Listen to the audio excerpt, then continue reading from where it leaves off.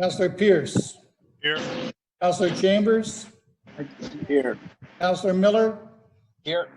Councillor Coleman. Here. Councillor Gatward. Present. Okay, the second thing on the agenda is the approval of the agenda, and I'm going to give that to Councillor Miller, please. Oh, Councillor Chambers, sorry. Councillor Howes wants to speak before we go any further on the agenda. Thank you, Mr. Mayor. Before we approve the agenda, I was wondering if it would be possible to move item 8E, the conversation about the masks, up to right after the delegations. And I was wondering if we could move item 8D, the about Grand River Street North, up to the beginning of the staff reports, just to have it earlier in the evening.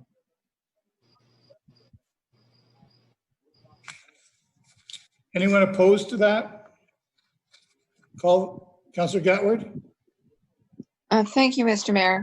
If we're going to move 8E, then shouldn't we move the associated numbers on the agenda to be done at the same time, which is 8E1 and 2 and 3, I believe. Sure, that makes sense to me. They're all related to the mask issue. Yep. Anyone opposed to moving the agenda around so that Councillor Howes can do what he needs to do and be here for the votes that he needs to be here for? Seeing none, call the vote. All those in favor?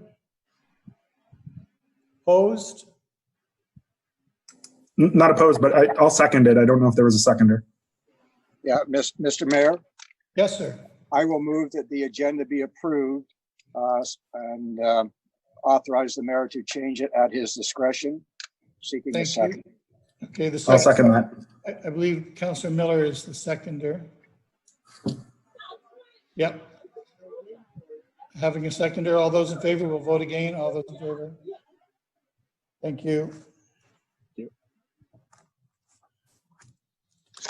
Declaration of pecuniary interests. Are there any? Be a good time to hear about them. No? Delegations. Madam Clerk, if you could introduce the first delegation, please. Good evening. I have Mr. Tino Desideri is just connecting. And could we get his address, or we'll get him to state his address? Yeah, you can get him to state that. He did have a submission that was attached to the agenda. Yeah. Good evening. Can you hear us? Hello, Hello. Can you state your address, please, for us? 19 Park Road, Whitby. Thank you. Go ahead, please. Okay. May I share my screen then? Yes, please. Okay.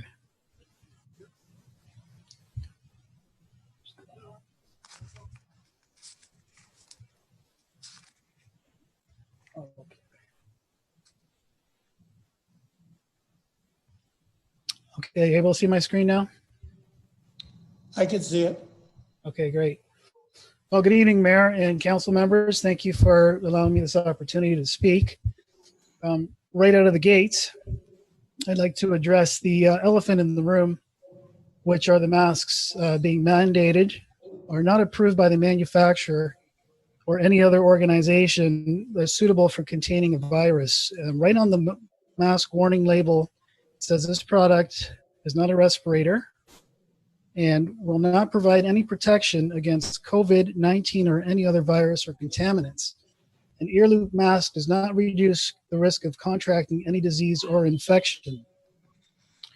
On the next slide, we have a picture of doctors operating in a lab here. The most common rebuttal to the information that's presented is, well, doctors wear the masks, but what's misunderstood is the mask is actually developed for sterile environments to prevent wound infection, to prevent blood splatters going into the mouth or nose, or from the surgeon spilling any fluids from the mouth into an open cavity or wound, and will not stop any virus transmission.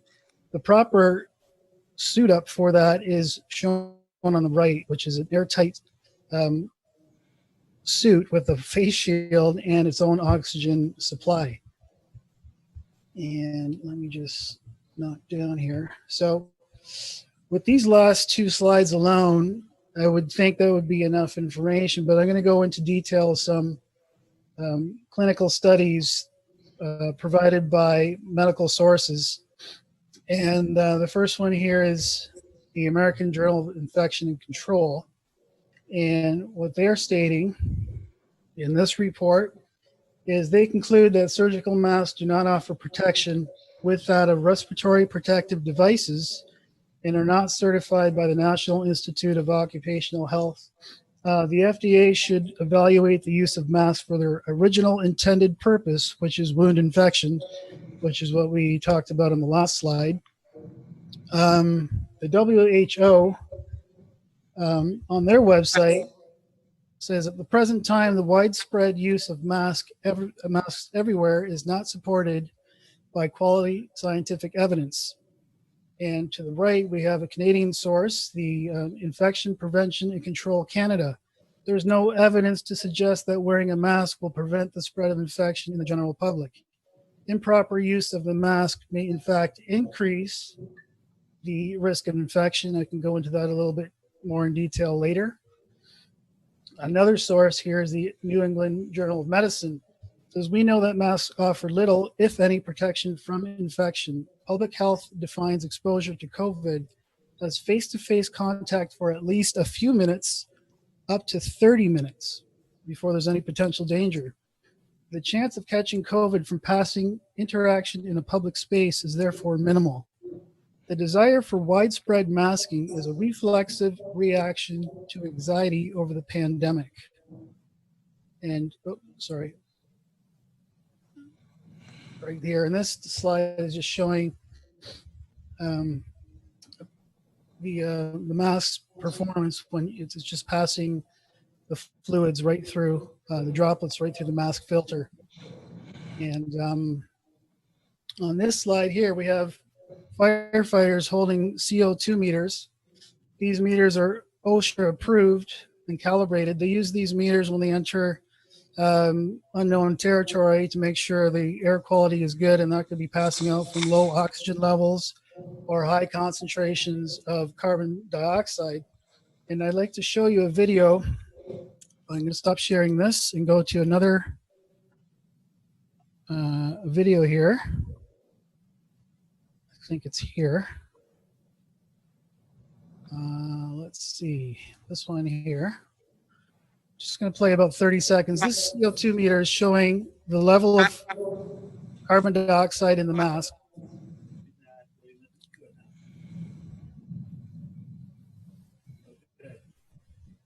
All right, we're at 1,367. We've already just passed 2. So now we're in the place where you can be having headaches. You can be over at 3,786. Look at this, we just passed 5,000. Now we're at the toxic level. Like now we can 7,000 inside the mask. We go from 8,000 parts per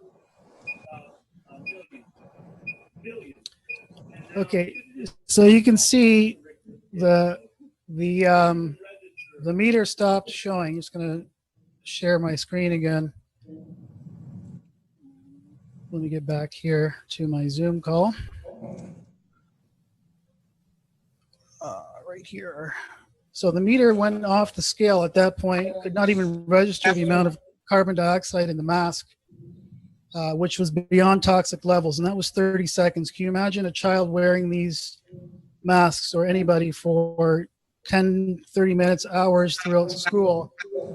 And in this particular slide, we see oxygen deprivation of even 2 to 3% can cause impaired thinking, reduced coordination, and reduce physical and intellectual performance without awareness. So we're trying to impose masks on the public and also in schools Has anyone done any sort of study on psychological and detrimental effects of long-term use of masks in a school setting on these kids? We should really consider what's happening here. So I'm not going to go into any more of the studies, but this gentleman here, Professor Rancourt, he's a professional in the field. I recommend if you have the time to research his work. It's a great job of breaking things down into layman's terms. It's also part of a 9-plaintiff Supreme Court lawsuit against the government for mishandling of the COVID pandemic, and we can speak about that later as well. And speaking of lawsuits, this the bylaw here, the stores have not been informed of the exemption that's written right into the bylaw. So store owners are enforcing masks, but they're not aware of the exemptions, which is causing a lot of friction and conflict in public. We've seen and heard cases where people are getting assaulted and sometimes killed because they're not wearing a mask, yet people are not aware of this exemption, which is the law. Public health should explain, this exemption in a mass media, radio, television broadcast so that there's no misconception. And also, they should explain the mask etiquette. I see people wearing the mask on their heads, they pull it down under their chin. The proper use of the mask is when you enter a facility, use the mask for no more than 30 minutes. As you leave that facility, it should be discarded. That mask should be put in a biohazard bin, not in a regular garbage bin. And it should not be put on your mirror in your car or in the console, because you're just spreading bacteria from one place to another. What is supposed to happen is the mask should be removed and a new mask should be put on every time you enter a new facility, so there's no spread of bacteria, or in this case, a virus. Now I'd like to get into some of the data here, because we're using the data to mandate the masks as well as we're locking down the entire world. The CDC has reported that their tests fail 50% of the time, 50% inaccurate. The PCR, rapid testing, and serological tests are all junk. They have no test reliable enough to detect a specific strain of a virus. On the next slide, they corroborate that with this slide here, saying their positive predictive value of 49%. So less than half will truly have antibodies. And then there's further corroboration of that with the British Medical Journal. It says the tests review a major weakness for antibodies and do not support their continued use. Ontario Public Health, surprisingly, has added 50% inflation to the death toll in our province. I'm sure it's happening everywhere else. We're seeing it in Europe and the United States. In this Mr. in particular Desideri? case, yes? We've come to the 9-minute mark. We have 1 minute left. Okay, thank you. So 50% of the deaths have been inflated based on a New York Times article, which I'm not even sure why they're doing a study in the first place or what qualifications they have. Canadian-led research says major weakness in rapid antibody testing. It's so bad that they should just stop using the test. And on the right side, we see that PCR tests cannot distinguish between live virus and non-effective RNA. So it's triggering on flu, common flu, flu shots, any antibodies created by the flu shot or a common cold. So the tests, the data that we're seeing and that we're using to vote on these masks and lock down our world is heavily just, I'll call it corrupted. And I mean that in the sense that there's so many errors around the collection with the double counting. They're using contaminated test kits. In Washington alone, they had to recall 12,000 tests because they were contaminated with the virus. And nobody in the media is retracting these numbers and correcting them, which is very disturbing. And Mayor Bailey, we've now reached 10 minutes. It's up to you how you wish to continue. Okay, thank you. I think there's a lot of information being given to us here. I'm going to open it up for questions. Are there any questions to the delegation or to the presenter? Councillor Gatward?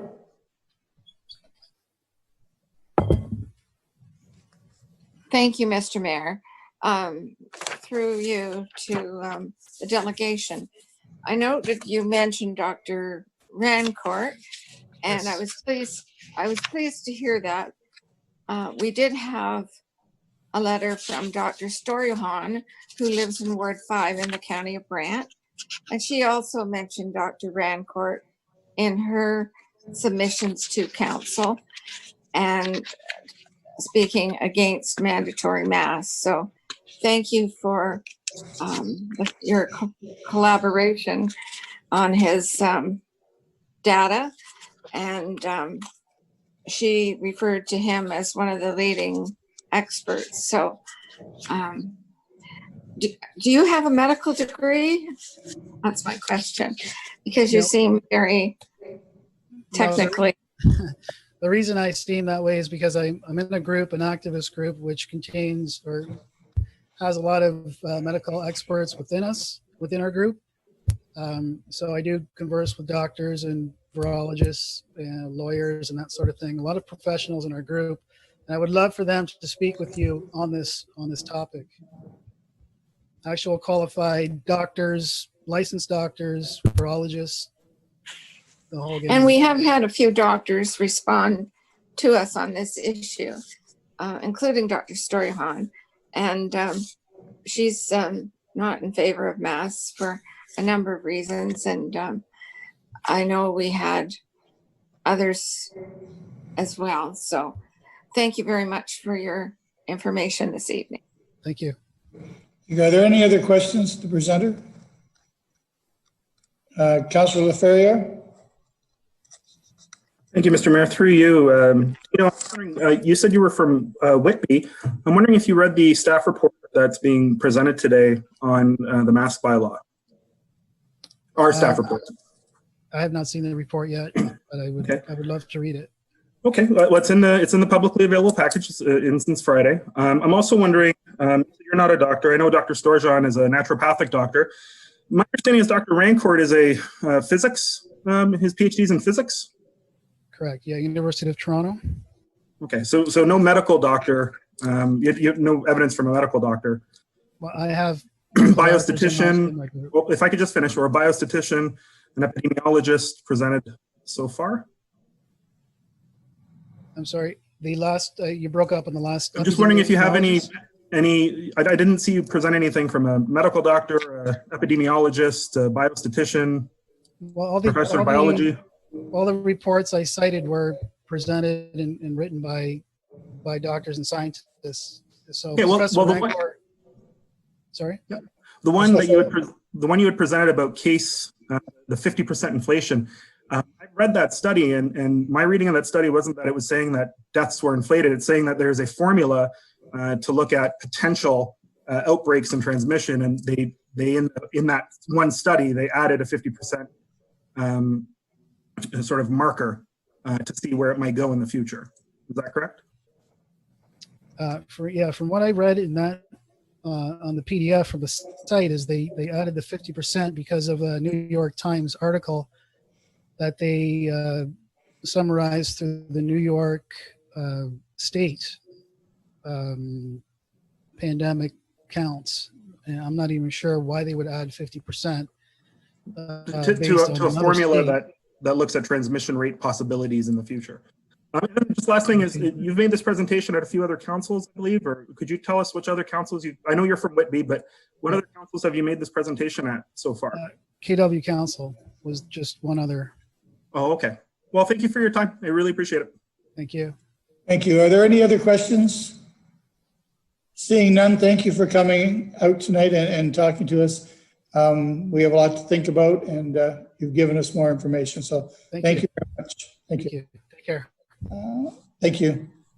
Heather, the next delegation, please, I believe is Jackie.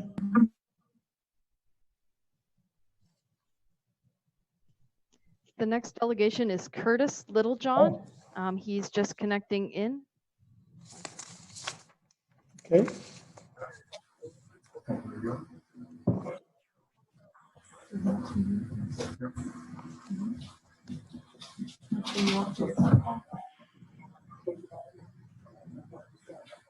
Curtis, can you hear us? Yes, I can. And There we go. Video feed. Oh, there we are. Turn off that. Can we get your address first, please, Mr. Littlejohn? Your address? Address, I live at 33 5th Concession Road, Burford. Thank you. You can start your All right. presentation. Well, good evening. Thank you, Mr. Mayor, councilors, for allowing me the opportunity to speak. I won't be quoting as much detail or out of date detail as the previous presenter, but I will try and put my views forward. 33 5th Concession Road. Yep. We can hear you. I'm just trying to figure out. I'm getting a. Are you listening to it on YouTube? It may be delayed. That's where I turned that off. There we are. Okay. I think we're live now. That's great. Thank you. There we go. Yeah. Just a little bit of a background on myself. We're in Brant County for 37 years. Leader in the Canadian and the Ontario pork industry, overseeing as chairman Ontario Pork when our sales were close to $1 billion, and was a leader in foreign animal disease and prevention in Canada and internationally for 15 of those years. So while we're speaking about a different species, I have the general understanding, not an expert, but a general understanding of how this stuff works. For about 20 of those years, we were the largest livestock producer in the county, and contributed, Councillor Chambers will tell you, we many times met across the council table over those years and talked about a lot of things that benefited the county. You know, we're here tonight, we're talking about masks, and how many councillors, when they signed up for this, thought that they would be spending a disproportionate amount of their time discussing something as simple as masks. But as we go through life, simple things are always the hardest things. Get enough sleep, make sure you eat right, get some exercise, visit your children often enough. And those things, while we talk about them and we put them out there as simple rules, are often very, very hard things to accomplish in the busy life and the busy days that we have. As a farmer, I expected certain rights. I expected the right to be able to farm and produce and do the things that I wanted to do. I expected the right, if I wanted to protest, that I could protest. We've seen that carried to the extreme in recent weeks, where we had a protester, an animal rights activist, that unfortunately got killed protesting here in the province. And in this society, we have the right to do those things. As farmers, we always tend to be proactive. We try and do things at the best of times to make sure that we have the minimal impact on the environment around us, on the people and the communities that surround and we work with on our farms. And we look at treating crops, we look at treating livestock. We try and do this in the most timely manner to reduce residual problems, to reduce the effect that it may have on our communities. We work hard to ensure that we do something and produce something that is healthy and is a safe product for everyone around us. But what we also remember is that when we have those rights, or we feel we have those rights, we carry a heavy burden of responsibility. And that responsibility comes through in many things that, while we contest and we complain and we protest about, such as the environmental farm plans, the restrictions we see placed on us for safety equipment on vehicles on the road, the codes of practice imposed on us for how we treat our livestock in today's environment, where we really need a societal license to farm. And we look at all these things, and they're all part of what makes for a really good, productive framework in agriculture. There are rights, and there are rights that are protected by law, but with those rights, we recognize the responsibilities that come along with them. And when we look at what we're talking about today, we're talking about masks and people's rights not to wear them. And then we look at people's rights to be protected by those around us in the community, because that's where rights and responsibilities come from. They come from the community and the community effort. So we look at things that are in our rights and are protected by laws. Speed limits, when they first came in, would be the end of the horseless carriage. Seatbelts, seatbelts were going to be the death of us all. We were going to strangle ourselves every time we got in and out of the car. Smoking in public places would be the end of the restaurant industry. It would be the end of urban society as we know it, because God forbid we couldn't have a cancer stick. And all of these things that we've adjusted to in time because they fit with the societal norms. They fit with the responsibilities of the community and the respect that we have to have for individual rights. And this topic is really, to me, is no different. I'm a 60-year-old man, and I carry a few extra pounds. I'm a diabetic, and I've got a heart condition. Masks are not about what protects me. Masks are about me protecting others around me. And while I will disagree with a lot of the data that was put forward by the previous presenter, and looking at the dates as he flipped through screens, most of it was 5 and 10 years out of date. Very hard to reflect in the environment that we're in today, because every day we learn something new. And science is a nimble beast. I've learned that was part of the group that developed the world's first environmentally engineered animal in the EnviroPig. And science moves at an incredible rate, and we learn at an incredible rate. So when I look at all those things that he put forward, and I think about where I am, my responsibility, I have rights too. I don't wish to see a premature death on a ventilator in a hospital somewhere, but I have a responsibility to those around me that if I do become asymptomatic, I should be wearing a mask to protect them. This is not something that is going to pass in a matter of days or months. We are just at the beginning of the learning curve on this. We are just at the beginning of understanding how we're going to treat it. If by some miracle we have a vaccine tomorrow, here in Canada, how do we deliver 35 million doses of a vaccine instantly to a population? The logistics simply don't work. We're years away from being where we need to be comfortable. And if in the meantime we have to wear a mask in a public place, in a crowded public place, then I think we should be there.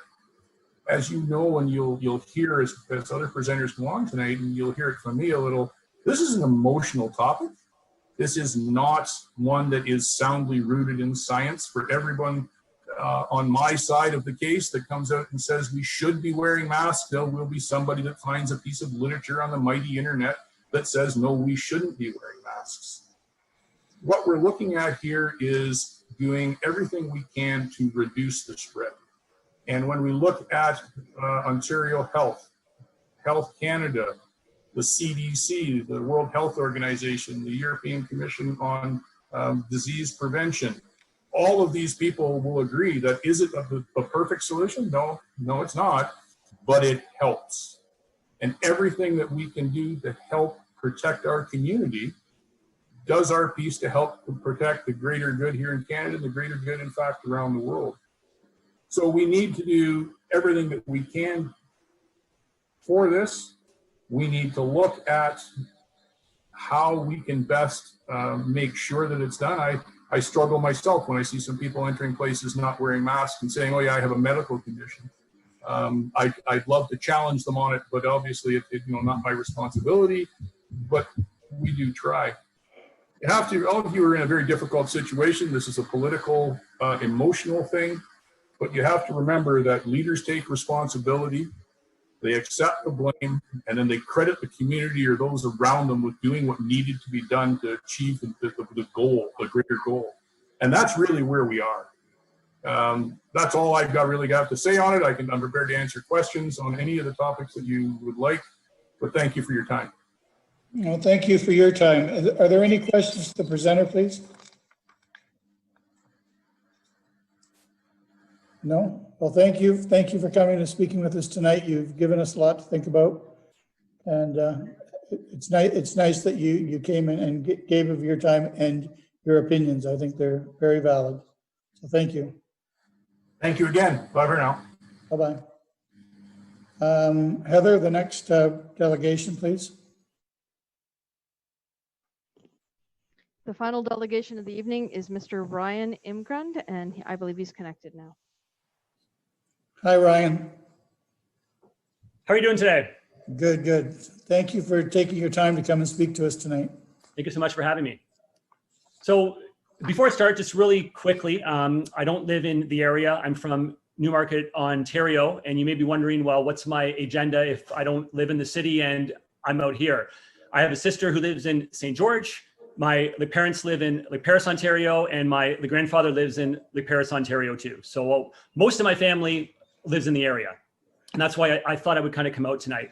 So unlike the first speaker, I want to first qualify myself with what I do. I'm a hospital biostatistician with South Lake Regional Health Center in Newmarket, Ontario. My specific responsibility there is to model COVID-19 to help to project the ICU utilization and also ventilator usage as well.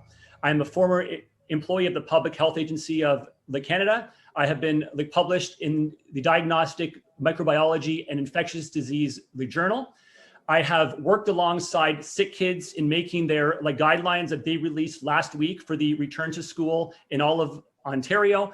And this is the only presentation I have given to any region about masks. So I hope you sort of see where I'm going to be coming from. So before I start, I just want to address the first speaker because there was a lot of misinformation that was from that first speaker. And I'm not sure if I caught that first speaker's occupation. I think the only two things that the first speaker said that I would agree with is that COVID-19 is a virus and that some people wear the masks wrong. Everything else was almost completely inaccurate. There was a table which he pulled up that was about oxygen deficiency. That was from a workplace study looking at inert gas systems, nothing to do with masks at all. And this somehow was pulled back to schools and masks. Makes no sense. The only study that he looked at that referred to COVID and also masks was actually from a retracted paper. So I don't want to spend much more time on that, but I think you can look, you can take a lot of that with a grain of salt. I wouldn't trust a lot of that information which was said at the start. Here's what I do know. Alberta and British Columbia do not have a mask mandate right now. If you see some of the information that I have left with all the counselors, it's looking at stats throughout Canada right now. And about 2 months ago, Alberta had much better statistics than we did here in Ontario. They had fewer cases than we did. Fast forward to now, they have 4.5 times the cases per capita that we have here in Ontario. So it's just absolutely flipped. If we look at the USA, no mask mandate. And I think we've all seen stories of the USA. They have 26 times the number of cases that we have here in Ontario per capita. So that's regardless of their population size, they have 26 times the number of the cases we have, and there's no mask mandate. It is suggested, but there's no mask mandate. If you look at where our statistics fall, they're very similar to China and also Taiwan, which are some places where the mask uptake is very, very large. Really quickly, before I speak about Brant County specific stuff, I just want to talk about how the virus works because that's a very important thing to understand. How COVID-19 works is this. If I was to transmit the infection to somebody else today, there's a 5-day incubation period. During that 5-day incubation period, you are not showing symptoms. You do not know that you have COVID-19. But during those 5 days that you do not have COVID-19, that you would not test positive for COVID-19, you can transmit that infection to other people. On average, it takes 3.5 days from the time someone first shows symptoms until when they test positive. So if you do the math on all that, it's 8.5 days from when someone transmits an infection until when someone actually shows symptoms of it. The other thing which you should also note about the virus too is slightly more than 1/3, 35% of people with COVID-19 are asymptomatic and are able to actually transmit the virus. One thing to kind of keep in mind here is that masks are about being proactive. We may be able to identify what the community's COVID-19 cases come in if there's an outbreak in Paris or St. George or Burford or somewhere else. But the issue is we know that when someone tests positive. The issue is by wearing a mask, we could have stopped that 8.5 days earlier. And that's what a mask is. It is a way to stop infection from actually happening. We can trace things, we can isolate, we can do things like that. But by the time we've caught a case, spread is going to be out there. Sort of narrowing in on Brant County. If you look at what is attached to Brant County, you have the Southwestern Public Health Unit. Right now, they are the second hardest hit public health unit in the whole entire region. Okay, they're up there with Windsor, Chatham, Kent. Windsor has gotten a lot better. Why has Windsor gotten better? Because they've masked up. Chatham, Kent is the worst public health unit in the whole entire province right now in cases per capita. They do not have a masking bylaw. Mind you, one will be starting on this Friday. So we'll see what happens to their cases. But as it stands right now, they have the most cases. Second is Southwestern. While they have a mask mandate, what we can't forget is that these individuals would be traveling into Brant County. So even though the Brant County cases right now may not be extremely high, we still need to worry about individuals coming in from these other places. What I want to leave you with, though, is Brant County information. I believe the last agenda, I believe I heard it was Councillor Laferriere brought up in RT value. And what an RT value is how many cases one individual is actually able to infect. So what that means is that if the RT value is one person is able to infect one other person. At the last meeting, which was here, the stat that I showed that the RT value was 3. That meant that one individual was able to infect 3 other people. Now that you have a masking mandate, I can share with you right now what the RT value is for Brant County right now, 0.63. It went from one person infects 3 people to one person infects 0.63 people. I think that's pretty obvious. Even in Brant County, your masking mandate that has only been here for a few weeks now is working. But what you need to understand is that when something works, we don't remove it. If I was on a diet because I was unhappy with my weight and I lost weight, what I would not want to do once I've lost weight is start to go back to some of my habits from beforehand. Impaired driving is the exact same way. We enacted impaired driving laws so that we could save lives. Impaired driving laws have definitely saved lives. Ride programs have saved lives. But because they're saving lives, we don't look at them and say, hey, look, they've worked a bit. Let's go back and remove those laws. And it's the exact same thing here. The last 2 things I want to leave you with is first this. 33 of the 34 public health units in all of Ontario have a masking mandate. That covers 99.2% of Ontario's population. 0.8% of the population has no masking mandate, but 99.2% does. Finally, last thing I want to say is just this little quote that I think speaks volumes. A mask says a lot about the people who wear it, but even more about the people who don't. Thank you. Thank you, Ryan, for speaking to us tonight. Are there any questions to the presenter? Any questions for Ryan? Councillor Chambers, I see you. Thank you, Mr. Mayor.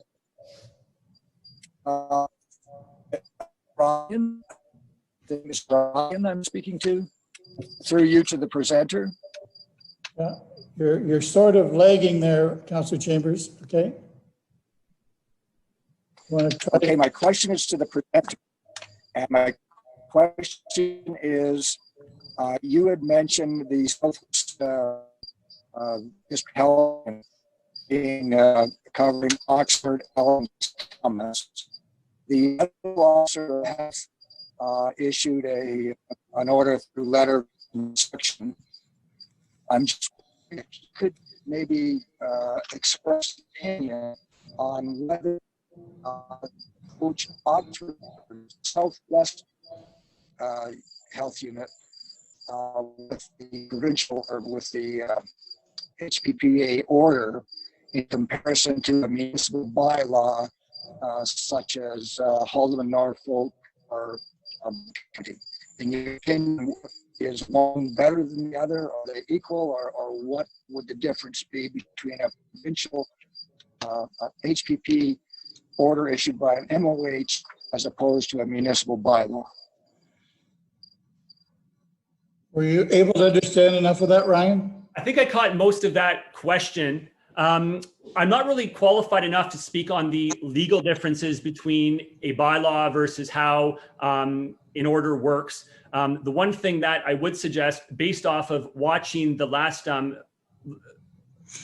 White County meeting, is that this is not something that should be discussed every single month. I think what's going to happen is that if you guys discuss this every month, this is going to happen where we're going to have people come out of the woodwork with a bunch of studies that say this, studies that say that. This is something that I think needs to be passed for an indefinite amount of time by the individuals who are here right now. We've seen Brantford has already passed it, and now it's time for Brant County to step up to the plate and to make sure that this remains there and remains in play.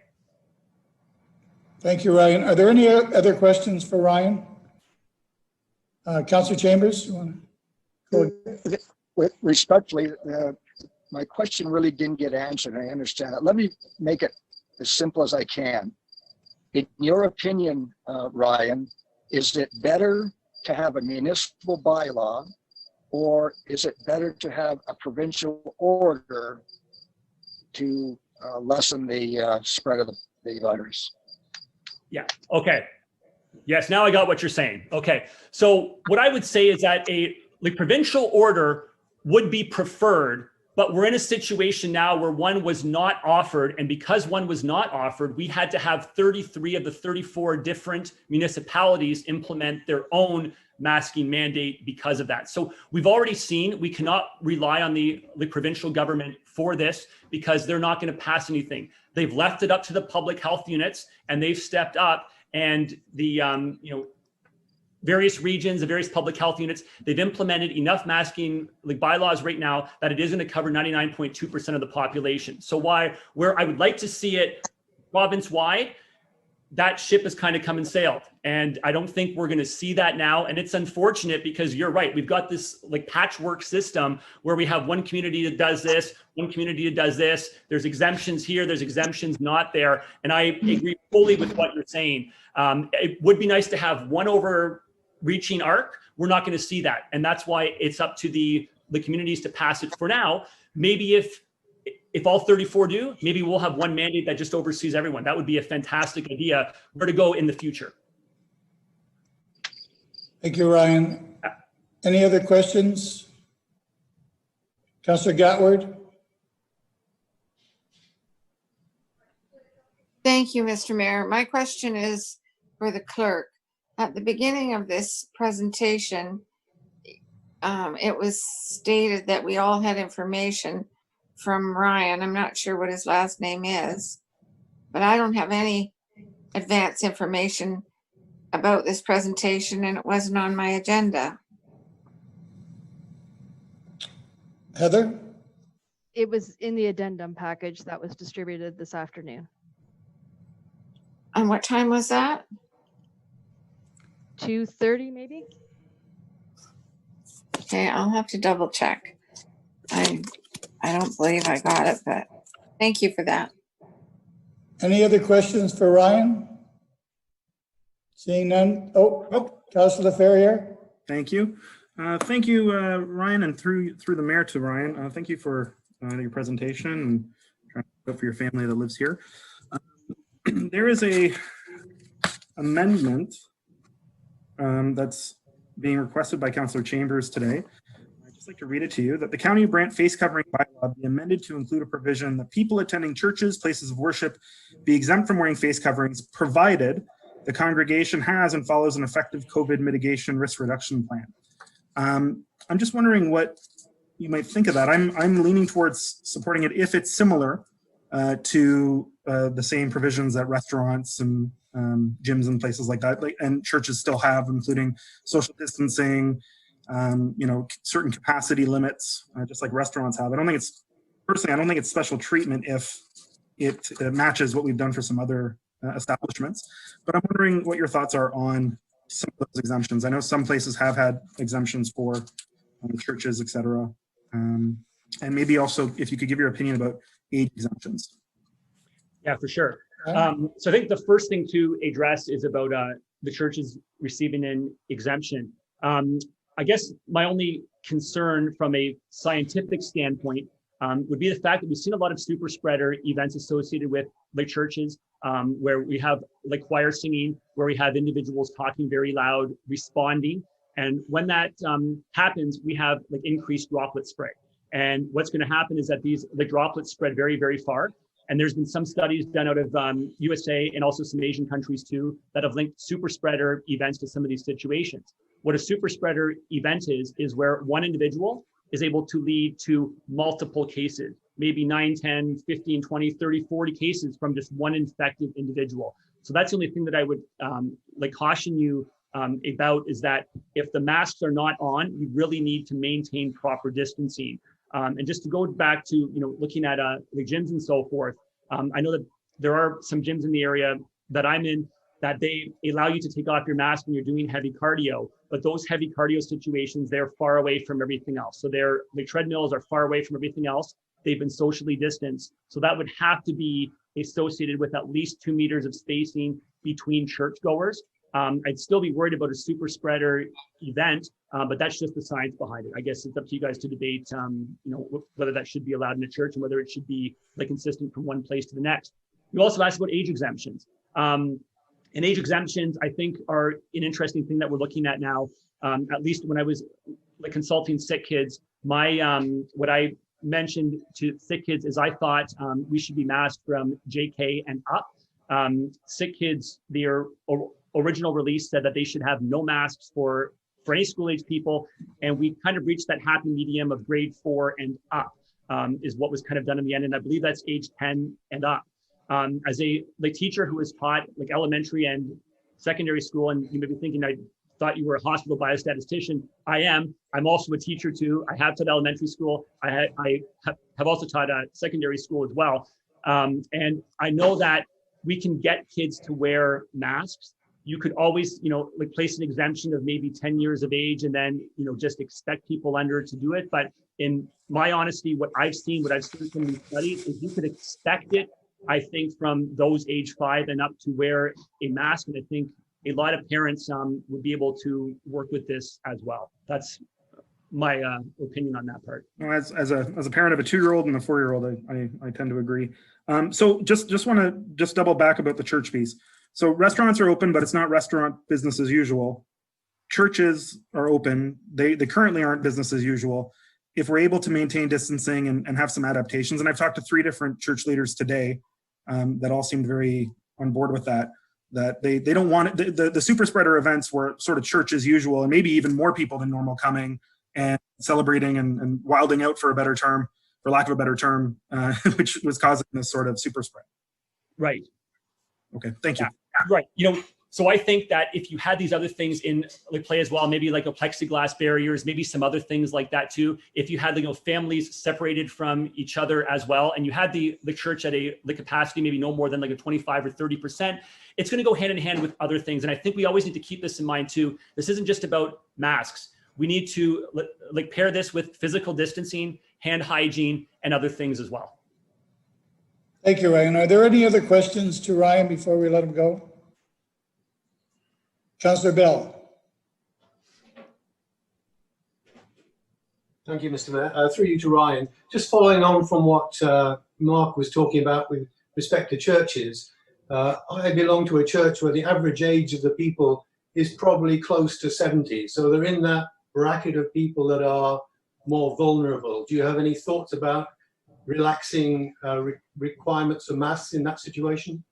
Yeah, and that's also my concern as well. If you look at the average churchgoer, in some of these churches, they will be of an older generation, and that's where the COVID-19 hits hardest for sure. And that's where we're seeing death rates really, really high as well. If you're asking for my own personal opinion on whether churches should be exempt from this, I would say no, just because I have seen super spreader events happen within churches. But if you did allow churches to be exempt, they'd have to be like paired with a whole bunch of other requirements, maybe like a plexiglass between people, something like that, because I've got that exact same like concern as well. If an older person gets sick with this, it is deadly for older people to get sick with this. Absolutely.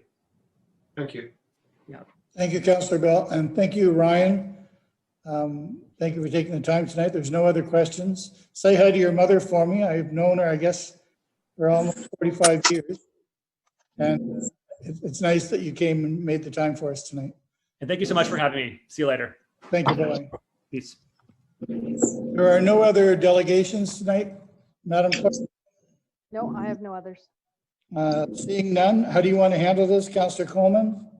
Thank you, Mr. Mayor. Moved by myself, second by Councillor Pierce, that the presentation made regarding the mandatory face covering bylaw be received as information and referred for consideration as part of staff item 8E staff report RPT-20-108.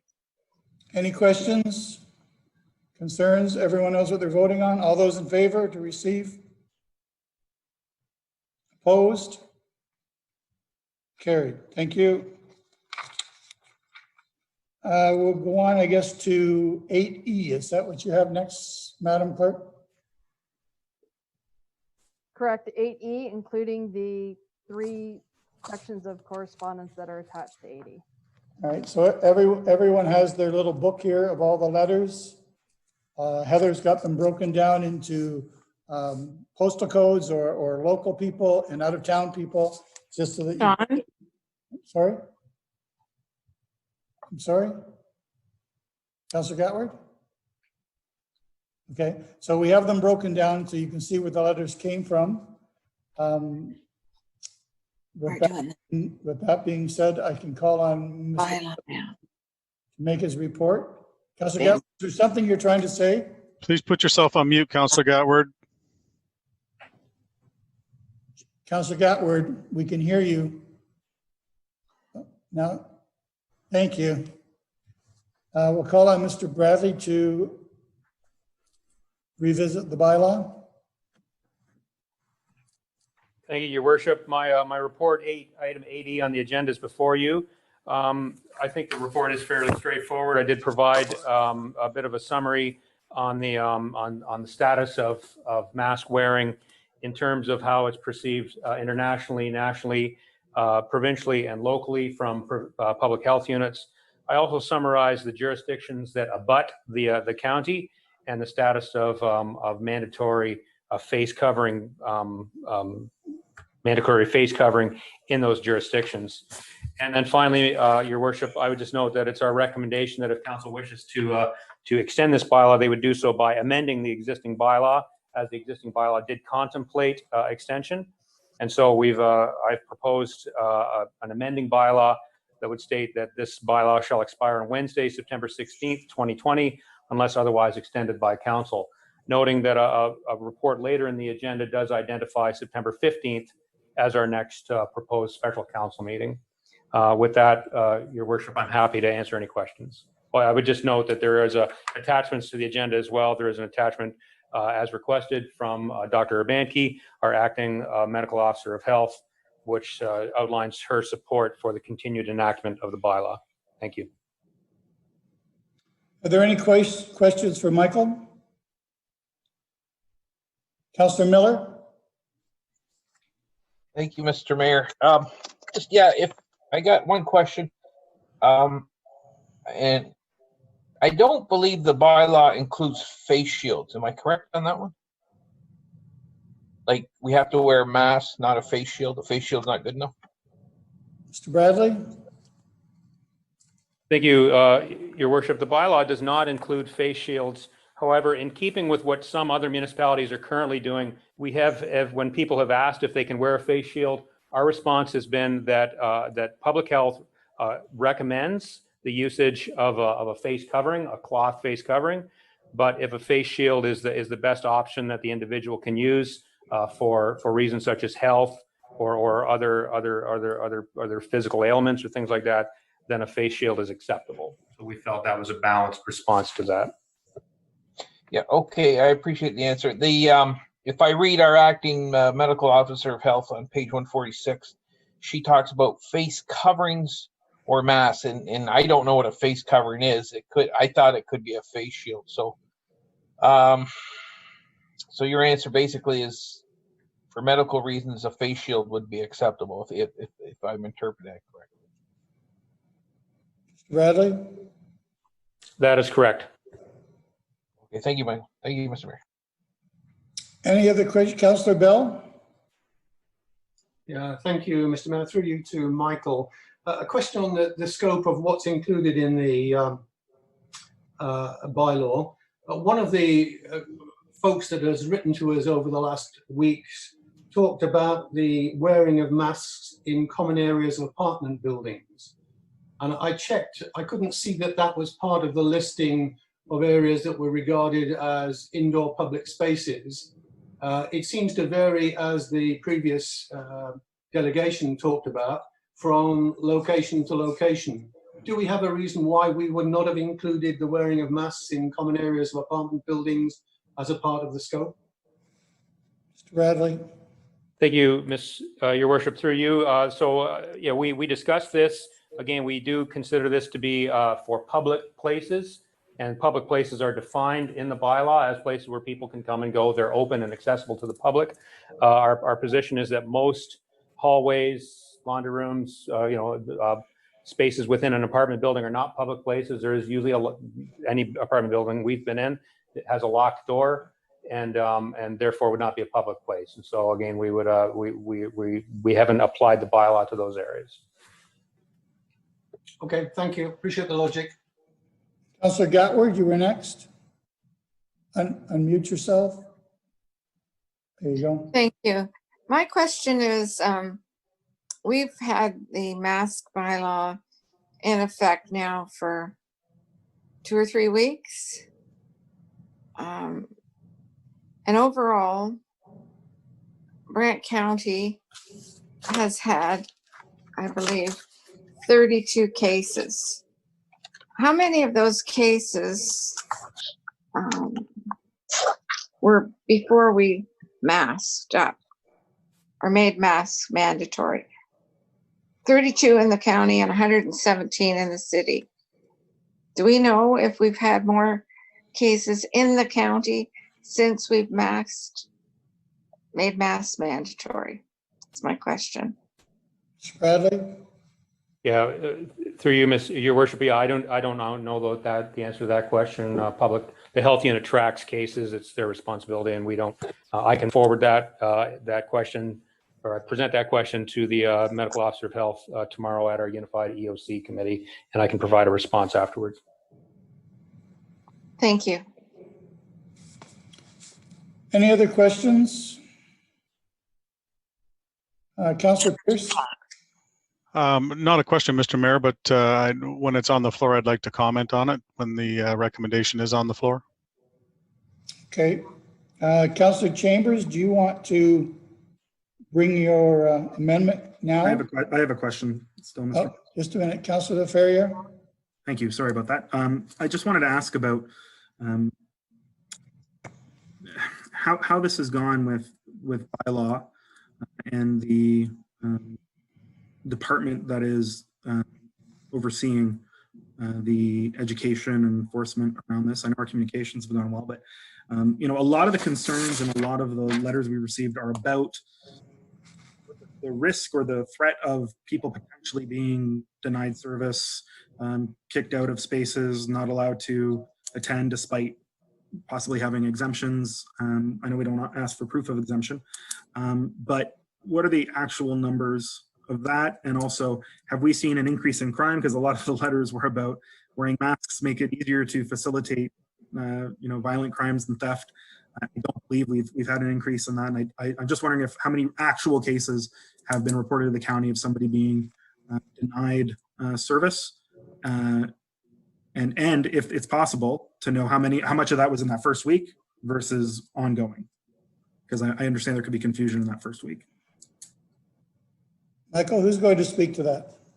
Thank you, Your Worship. I can make an initial answer, and I don't know whether Ms. Zudema has further information, but I spoke to our supervisor of bylaw enforcement.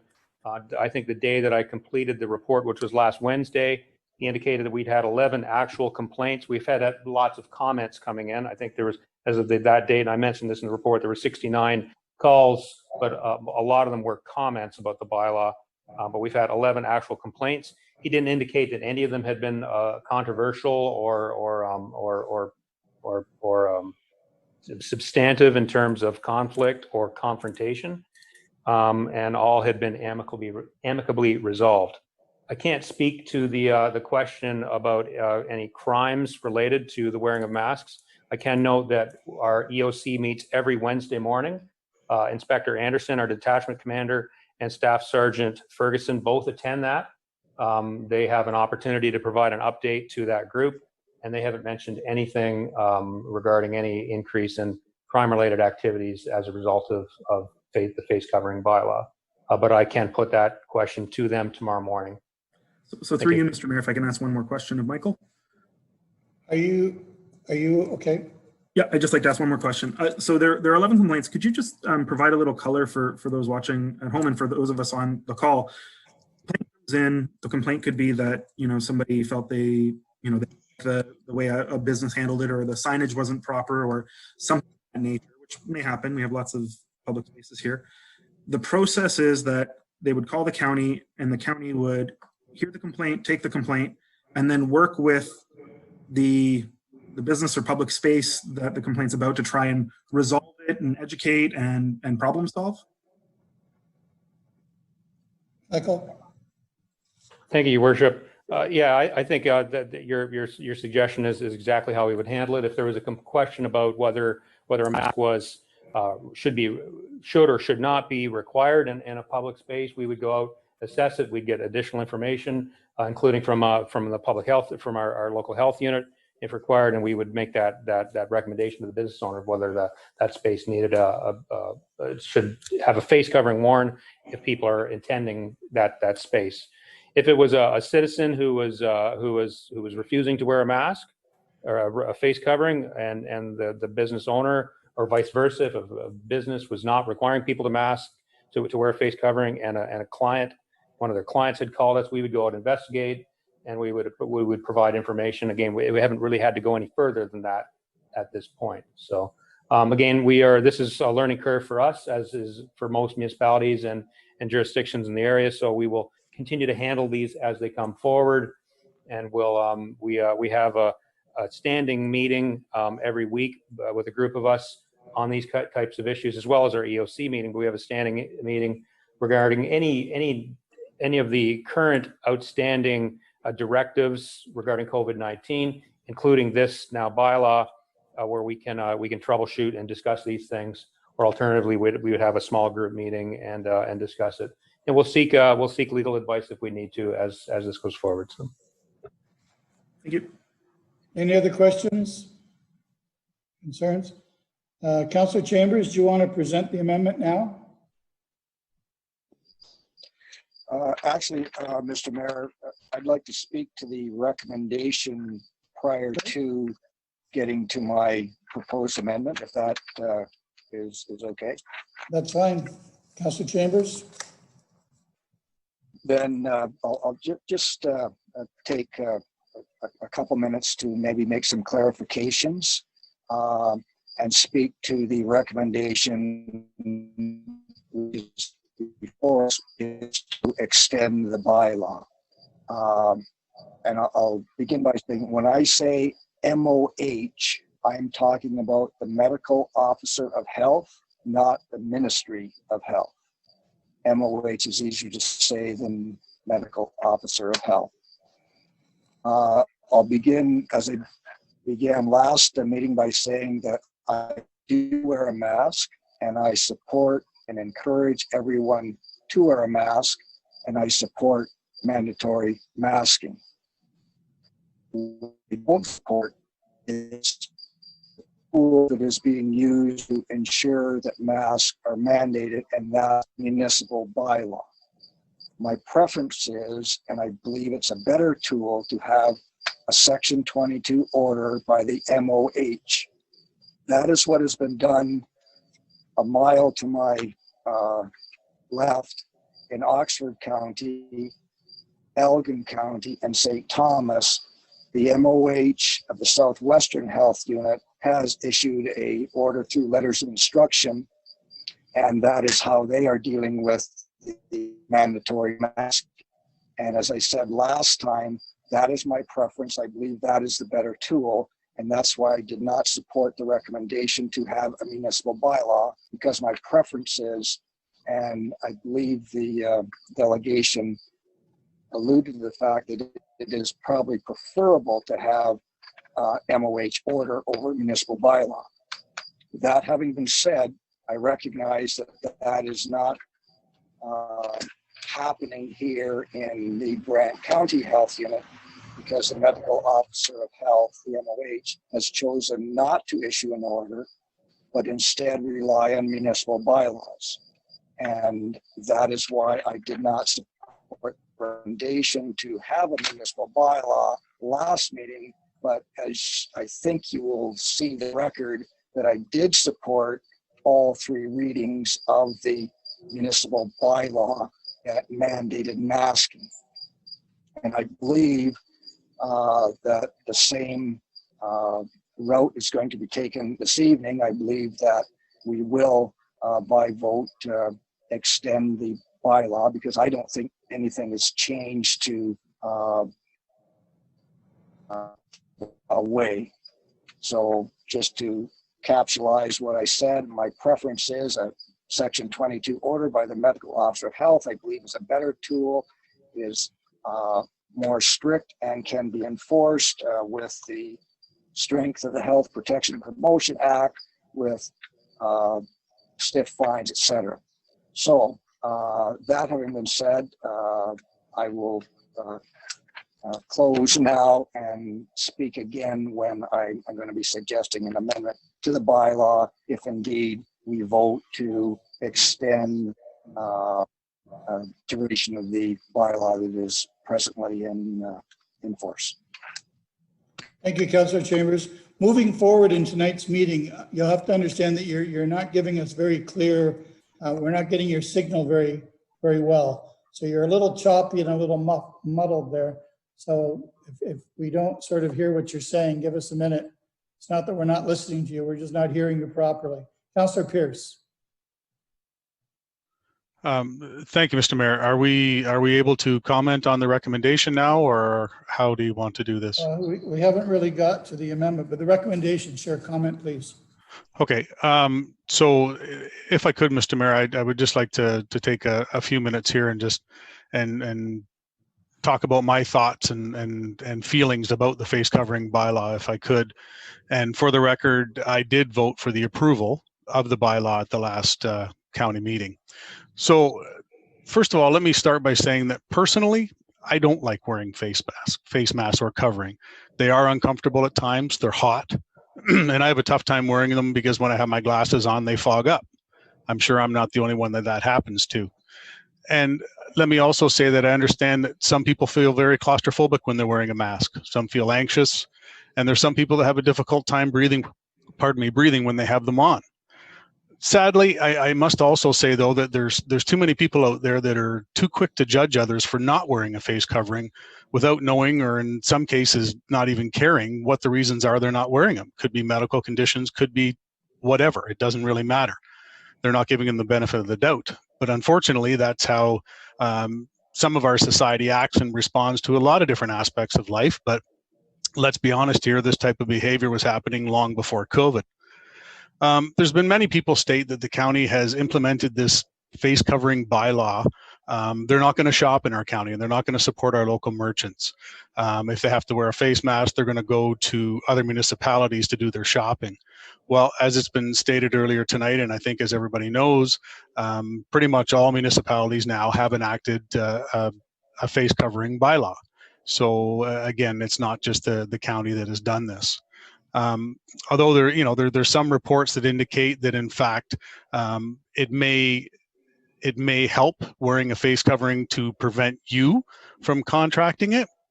Most reports out there to this time state that they've always said face coverings will reduce and prevent the passing of the respiratory droplets from you to others while we carry on our normal daily activities when we can't do our social distancing. They've always stated that, you know, frequent hand washing and social distancing are the best way to flatten the curves, but wearing face coverings when social distancing isn't possible will definitely help stop the transmission of COVID in our community. If we take a minute to look back from, you know, where we were, let's say March till June timeframe, where we were pretty much stuck in our homes, everything was closed except essential services, and, you know, we couldn't gather in any groups larger than 5. Then we got to stage 2 and it was groups of 10. I think we'd all agree those were pretty scary times, and I don't think anybody wants to go back to any sort of life that resembles that again. It's been stated before that, you know, we as council aren't medical professionals. You're absolutely correct. We're not medical professionals, and that's why I think it's prudent that we consult and listen to the professional health authorities. And as we know, the local, provincial, federal, and even the World Health Association have all suggested that when social distancing isn't possible, that face coverings should be worn to help prevent the spread of COVID. I felt it was important at our last council meeting that, you know, if we did pass the bylaw, that in fact that we as council would dictate when the bylaw would end and whether to continue it or have it expire. That's why in the discussion that I stated the fact that, you know, we should have it as a standing agenda item for future council and special council meetings and have an expiry date of that, so we could see what's happening at that point in time. Again, it'll allow us to consult the health authorities to understand what their recommendations are, to see our latest numbers and make a decision as council as to how we move forward, whether we approve it again, whether we let it expire. I've even heard some people say that, you know, council's not looking at this decision based on science, and it's suggesting that, you know, we're taking the freedom of our citizens away, and the freedom is not worth our time. I find those statements not only unfair but very untrue. I would have to suggest that it's just the opposite. I can confidently say that regardless of what is being voted on by this council, we always hold the best interests of our community and citizens as top priority. That's why we do look at the professionals for advice, not just the local ones, but as I said before, provincial and federal as well. You know, there's countless articles, as was stated earlier. Anywhere you look on the internet, you can find articles that support wearing face masks. You can find articles that are against wearing face masks. Many of them have contradictions of each other and inconsistencies. But the one thing that is consistent on many or all of the things on the internet is the fact that health authorities agree that wearing face mask coverings does in fact help reduce the spread of COVID. I mean, if you go downtown Paris in the evening or the weekends, you'll see that, you know, sidewalks are full again, which is fantastic. We've got people coming in and out of the stores. It almost looks like old times with the number of people just walking around and looking in windows. I wouldn't want to change that. It's great to see people coming back to our community again and supporting our merchants. The only problem is, and I mean this with no disrespect at all, but we don't know where these people are from. We don't know where they've been. We don't know who they've been in contact. I would assume it's safe to say that some of them are coming from the bigger cities where there are more cases of COVID-19. But what you do see is you see a lot of them wearing their masks. They walk into the stores, they put their mask on, they walk out of the store, they take their mask off. And I think they're doing that not only because it's the bylaw, but it's the right thing to do to protect us from them. And we wear masks to protect them from us, as was stated. The mask is not to protect us, it's to protect others.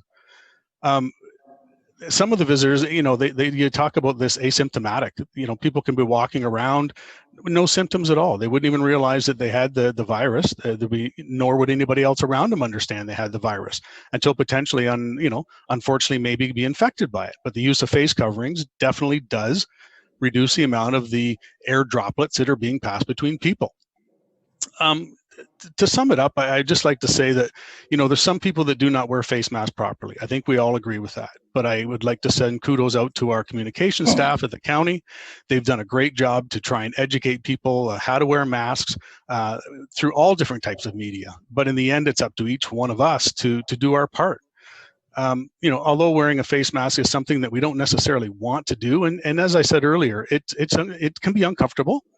I feel it's, you know, if we look at what we've already been through and had to do and put up with through COVID, that wearing a face mask or covering is a small inconvenience that we can put up with, per se, to ensure that we're doing our part to stop the transmission of COVID.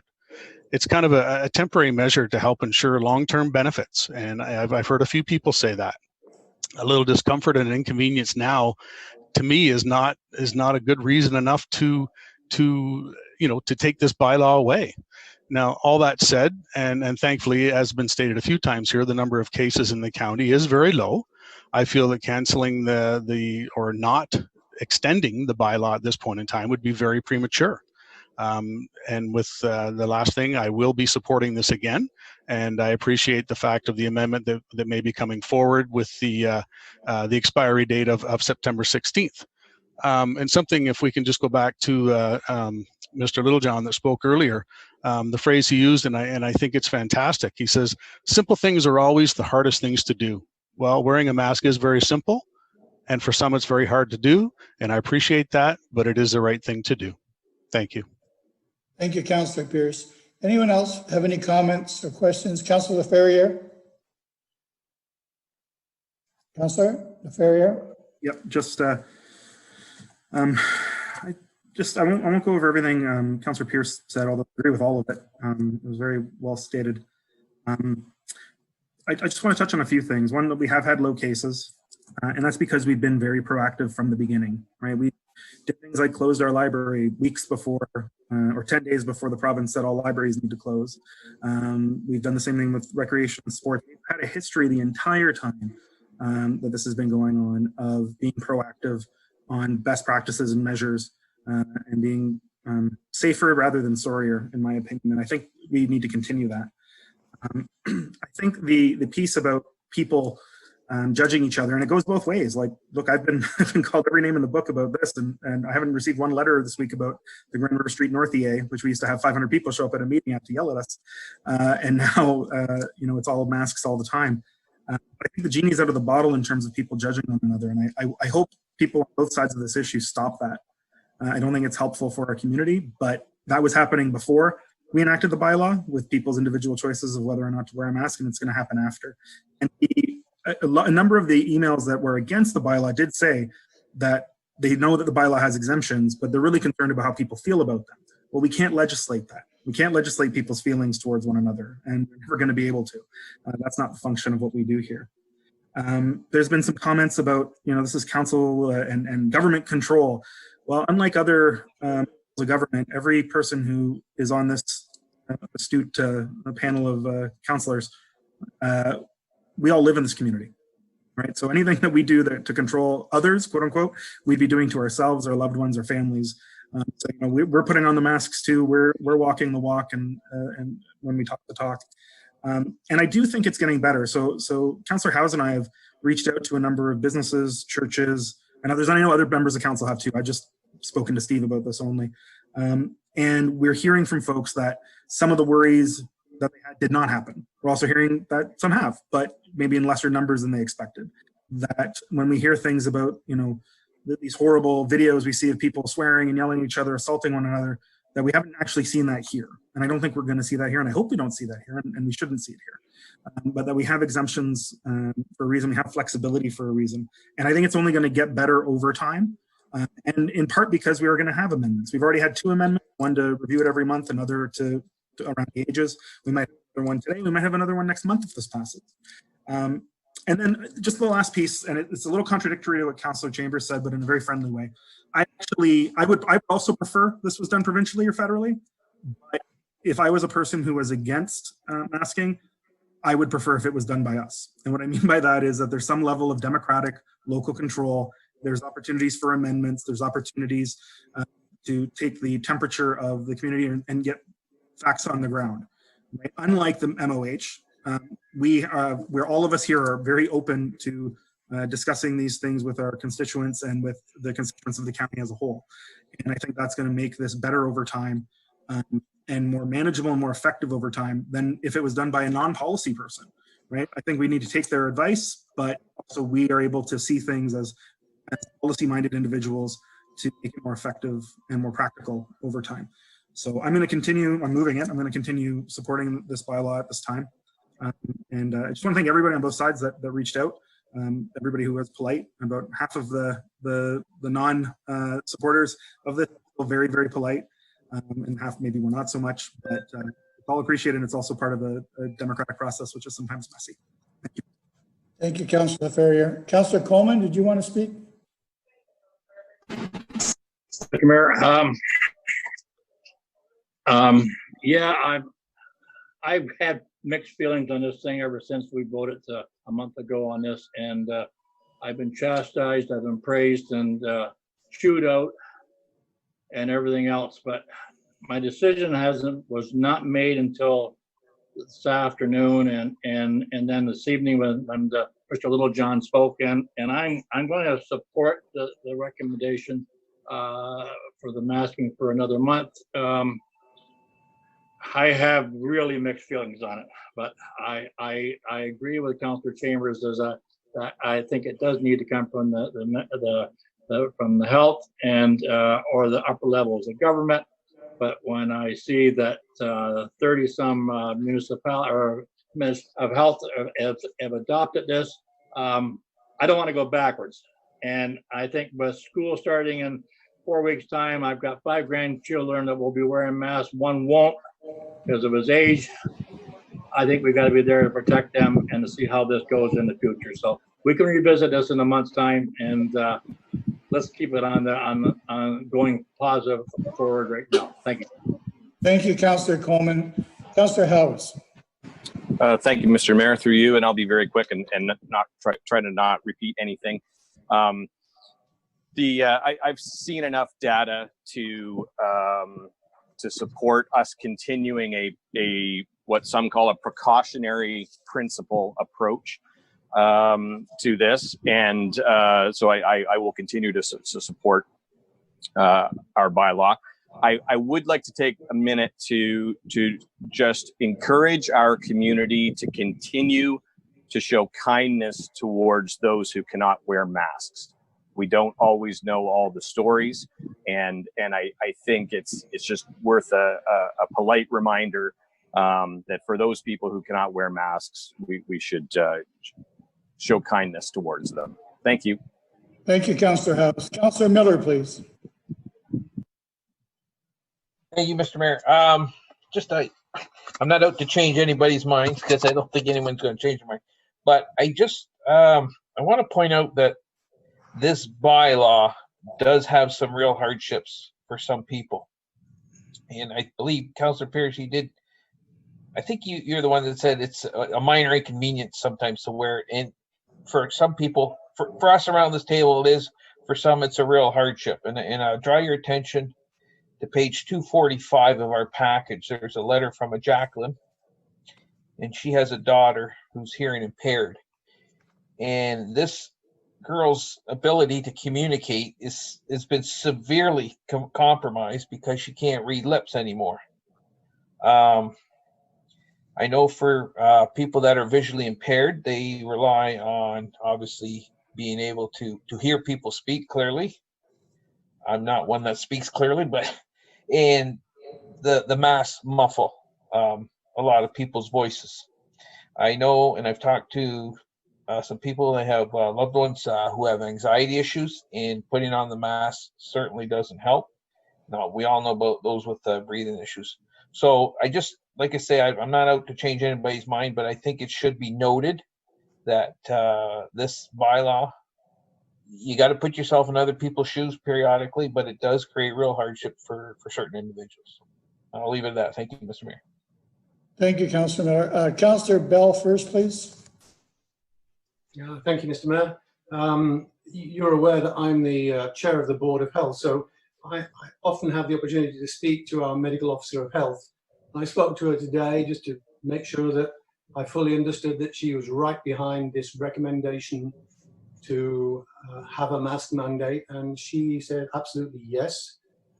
She is very supportive of what we're doing, as indeed the director of the Brantford General Hospital is supportive, as you saw from our package. I am impressed with all the letters and emails that we've had from residents. Strong emotions coming out there. I feel sorry for the gentleman that feels humiliated when he has to wear a mask.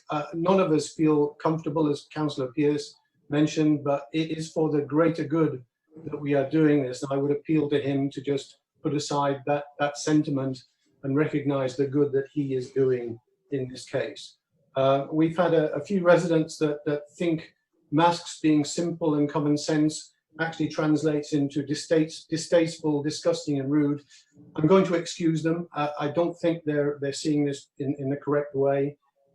Many other people who are expressing very strong support and relief that we are going to hope to continue this mask mandate. I think some people are asking why now and why not at the beginning, and I think it's become ever clearer that the method of spread of COVID is more and more recognized as being through breath, through aerosol particles, and that masking therefore plays a much more important part now than it might have done at the beginning of the virus. And I think now that we've got 98% of Ontario covered by a masking mandate, I think Robert's point about whether we have a directive from the medical officer of health or we make a bylaw is a moot point. I think the answer is, we want to have a masking bylaw in place. I do want to make the comment that some residents seem confused about the role we play with schools. I think it should be made clear that we have no influence on the decisions made as to whether children wear masks at school. That is a provincial decision. I think Ryan made that clear, and I was very pleased that we had him on board tonight because he's been a part of that decision-making process. And I do also recognise that, I think some people have already said that some of our residents feel like we're transgressing their human rights and personal freedoms. I disagree with that. I do worry that some of our residents fail to recognise that wearing a mask is primarily to prevent spread from the wearer, not to protect the wearer. And it's an act of kindness and support to our fellow citizens. And I would just appeal to all residents to recognise the opportunity we have today to help others through this simple common sense action. I will be continuing my support of this mandate. Thank you. Thank you, Councillor Bell. Councillor Wheat, please. Thank you. First of all, I take exception to the people who have been talking down to me, particularly the presenters tonight. They're not even from the County of Brant and yet are talking down to members of this council. I take exception to that. Now I've got that off my chest. I didn't support this at the start because like Councillor Chambers, thought the medical officer of health could have done that, but rather than do it, pass the buck to respective councils in the city of Brantford and the county of Brant. But when I really look at this, now I follow a lot of sports and I see the athletes, particularly the Blue Jays and baseball players wearing it on the field. That kind of influences me a little bit. I have children going back to school, 4 grandchildren. 2 will be required to wear a mask, 1 in high school, 1 in grade 8. The other 2 are in grade 2.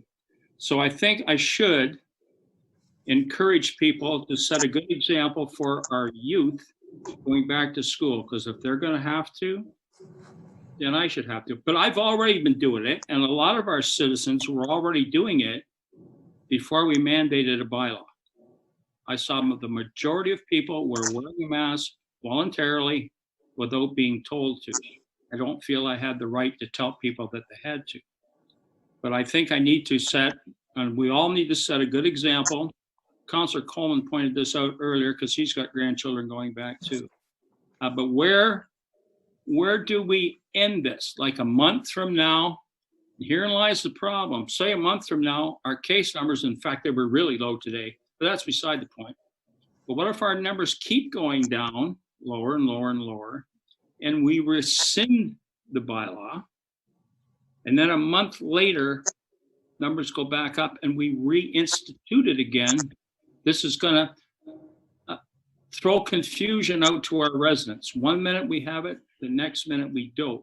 So I think we need to stay consistent and keep the bylaw in place right now till we're damn sure that we can remove it, and be consistent that it's going to stay removed rather than flip-flopping back and forth. So I'm going to support it tonight. Surprise, surprise. Most of you are in shock.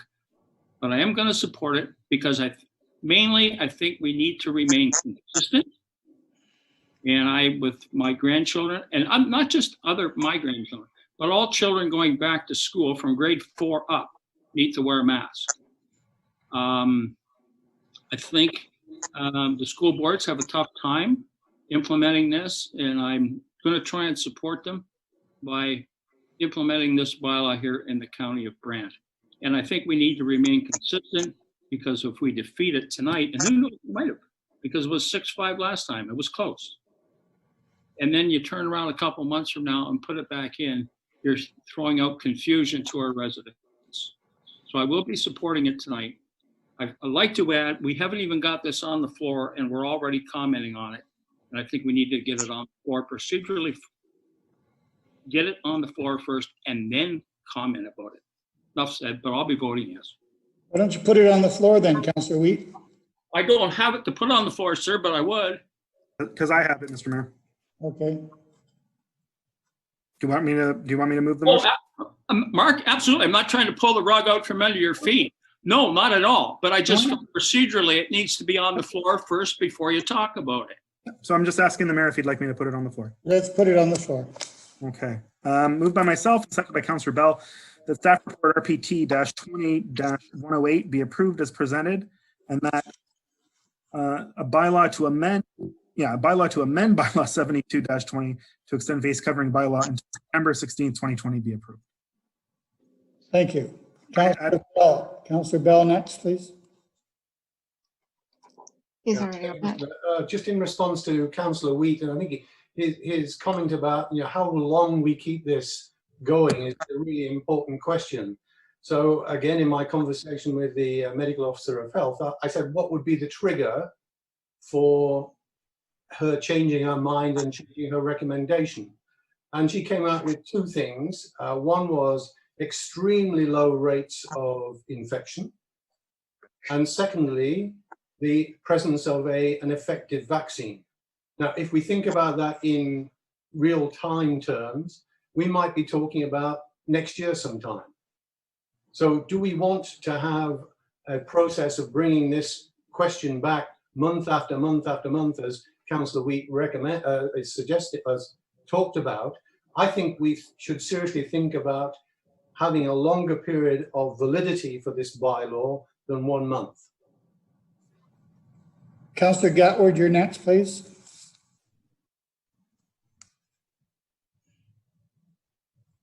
Councillor Gatward. Thank you, Mr. Mayor. Well, I didn't support mandatory masking at the last vote, and I haven't changed my mind. I understand all the reasons tonight for and against mandatory masks and not. I believe that people should have a choice. This should not have been a political decision by this council. I agree with Councillor Chambers. It should have been done by the medical officer of health. She's not doing it. She's left it to us to duke it out, so to speak. And we've had more letters on this issue than when we changed the garbage to one side of the road. And garbage is always a big issue with our residents. I think that Councillor Bell said when our cases are very low, we've had 32 since March. It's now August. What is very low? And a vaccine, we all know, is not in the cards any month soon. I understand why we've picked the date of September 16th, as the children go back to school early in September. And I know there's concern about what could or might happen when the children go back to school. That'll leave a 2-week period to see if we have an outbreak of cases or not. And I sincerely hope that we can remove this on September 16th. But I'm not anti-mask. I wore a mask before we made it mandatory. I'm wearing my mask, but I agree with Councillor Miller. This has created a lot of hardship for people who can't wear a mask and are criticized or it's affected their employment, and it's not right. And I agreed with so many of the letters that our residents wrote, that it promotes fear in the children, and we don't live in that kind of world.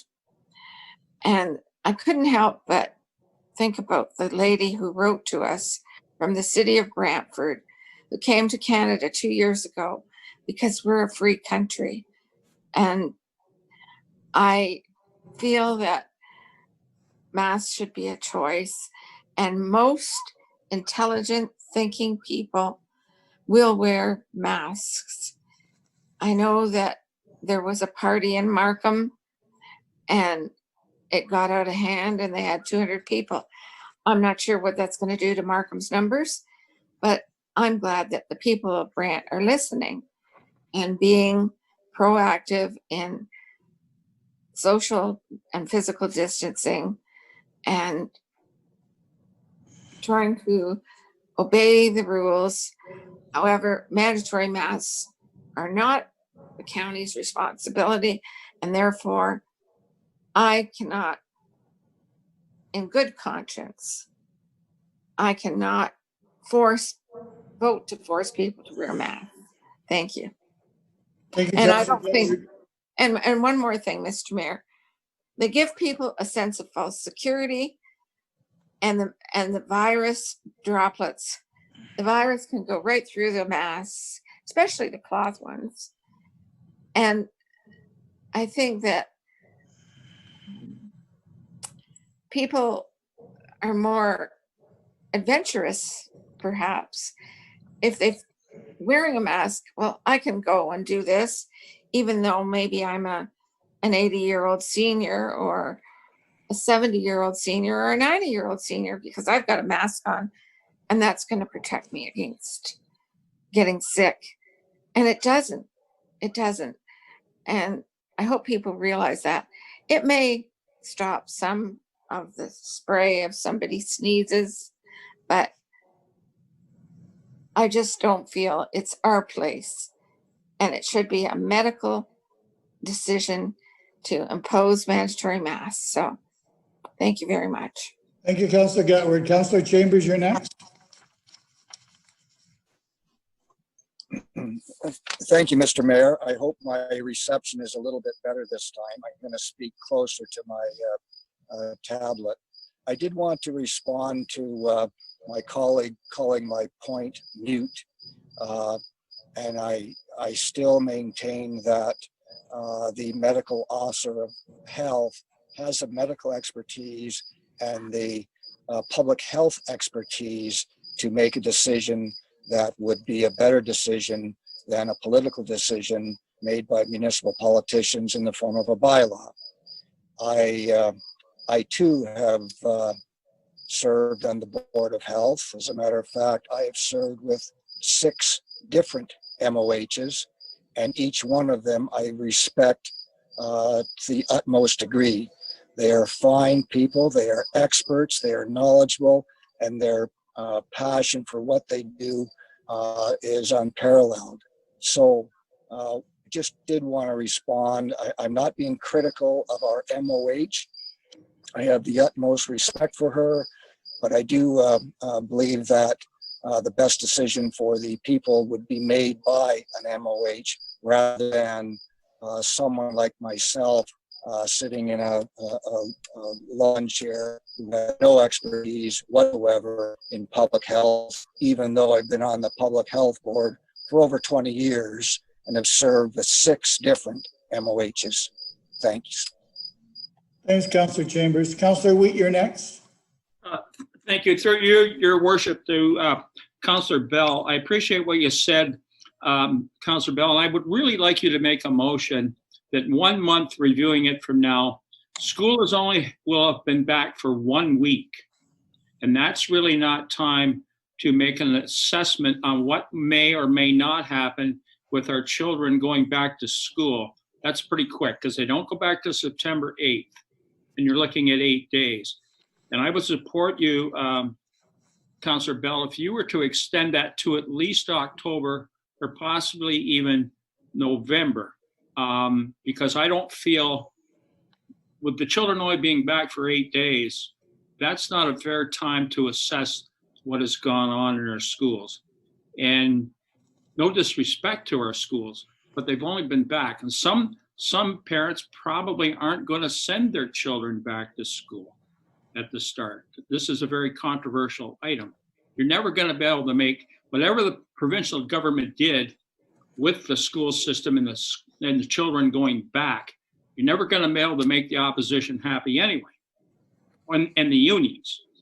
But I really think 8 days is pretty quick, John, and I will second whatever you want to do to extend that in at least a minimum of a month, Councillor Bell, if not a little bit longer, to fairly assess what has happened on with our children returning to school. Point of order? I think I'm making the motion, so I think. Yeah, but I'm looking at, yeah, I understand that, Mark, but he would make an amendment to your motion. As the seconder? No, he can make an amendment to, rather than have September the 16th.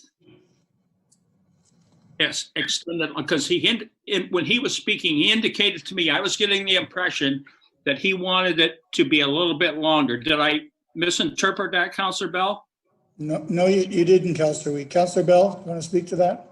Yeah, thank you, Mr. Mayor. Thank you, Councillor Wheat. I'm just looking at the list in Michael's report of the expiry dates for various counties around us. Some of them are until rescinded, so they have no date on it.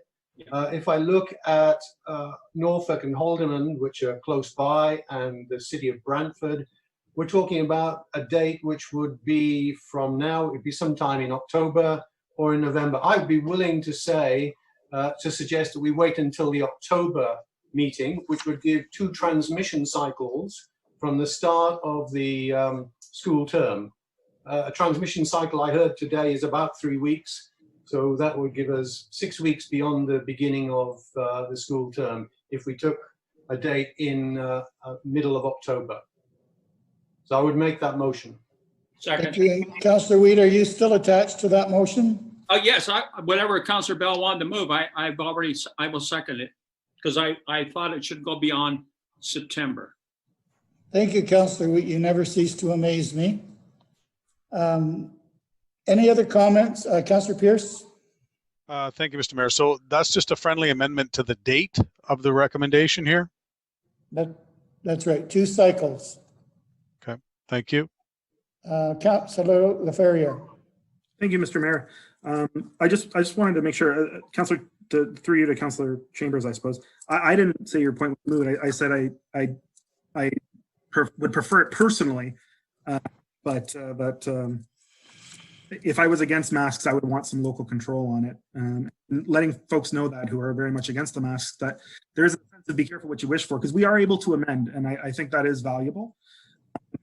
Just to some other pieces, it was mentioned, why not 4 months ago? Well, remember, we had a PPE shortage 4 months ago, and we were directing all PPE to our paramedics and our hospital and medical systems. A month or 2 from now, rescind, amend. I like this piece of amending. I think, going back to my days doing psychotherapy, I think there's something that motivates the community if they know there's opportunities for amendments over time. So while we may not rescind it until, a medical officer of health says there's a vaccine, there's extremely low infection rates, we have the opportunity to make small changes that might have a big impact to the folks that Councillor Miller has been talking about and Councillor Chambers have been talking about, which to me is also a very big motivator. And on the kids piece, as somebody with little kids, my kids don't live in fear wearing masks. My kids love them. They feel like superheroes. They like picking their colors and picking their different ones. They love checking them out on other people. And actually, if anything, they have a quite a big understanding of how we affect each other because of this ordeal that we've all gone through. A lot of things people have been writing about, I just want to say this last piece, really it's about the frustrations of COVID, not of masks. And COVID is a very difficult thing. Yes, masks have some effect for some folks that are negative and some that are positive, but I really do think that, you know, COVID has created the situation, not us, not masks, not the medical officer of health, but this big pandemic. And I think we should remind ourselves of that once in a while. Okay, Councillor Gatward. Thank you, Mr. Mayor. What is the date through you to the clerk of the October council meeting? Because we have Thanksgiving in there. Would you please give us a date since that's being suggested? Please. Madam Clerk. Mayor Bailey, I would suggest that we'd be looking at a termination date of Wednesday, October the 28th, just in keeping with our normal meeting cycle. Councillor Gatward, did you hear that? October 28th? Yes, is that the Tuesday? We will be returning to regular meetings, and that's the fourth Tuesday? It's because we've been Wednesday, so that it would be the day after council votes next time. day after. So we're returning to our regular fourth Tuesday of the month, because right now we've been meeting the second Tuesday. Or the 3rd, the 15th of September is the next council meeting. And that's why the 16th was suggested. But in October, we're returning then to the end of the month. I don't have clear direction yet on October, but October 28th just allows us to go back to the normal schedule without having to do anything with this bylaw next month. Thank you. Any other comments, concerns before we vote? Everyone's clear on what we're voting for? Now you're going to hold off on your amendment then, Councillor Chambers, till after we vote on this? Okay, everyone's clear on what they're voting for? All those. Could we recorded vote? Councillor Gatward. Could we have a recorded vote, please, Mr. Mayor? Madam Clerk, recorded vote, please. Yep, just to confirm, this is just on the amendment to change it to October 28th. This is not voting on staff report at this time. That's right. Okay, recorded vote. I'll start with Councillor Gatward. No. Councillor Coleman? Yes. Councillor Miller? No. Councillor Chambers? Yes, on the amendment. Councillor Pierce? Yes. Councillor Bell? Yes. Councillor Howard? Yes. Councillor LaFerriere?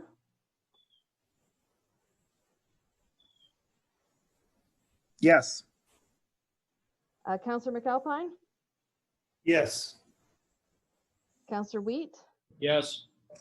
Mayor Bailey? Yes. Motion's carried. Thank you. Councillor Chambers. Sorry, Mayor Bailey. Now we need the staff report to be approved as amended. The motion's on the table. Are there any other amendments coming forward before we vote then on the bylaw? Mass bylaw? Councillor Gatward? I don't have an amendment, Mr. Mayor, but I'd like a recorded vote. Thank you. Of course you would. Heather, it's going to be a recorded vote, please. Okay, this time the vote is on the staff report as amended. Councillor Gatward. No. Councillor Coleman. Yes. Councillor Miller. No. Councillor Chambers. Yes. Councillor Pierce. Yes. Councillor Bell. Yes. Councillor Howes. Yes. Councillor LaFerriere. Yes. Councillor McAlpine. Yes. Counselor Wheat, Yes.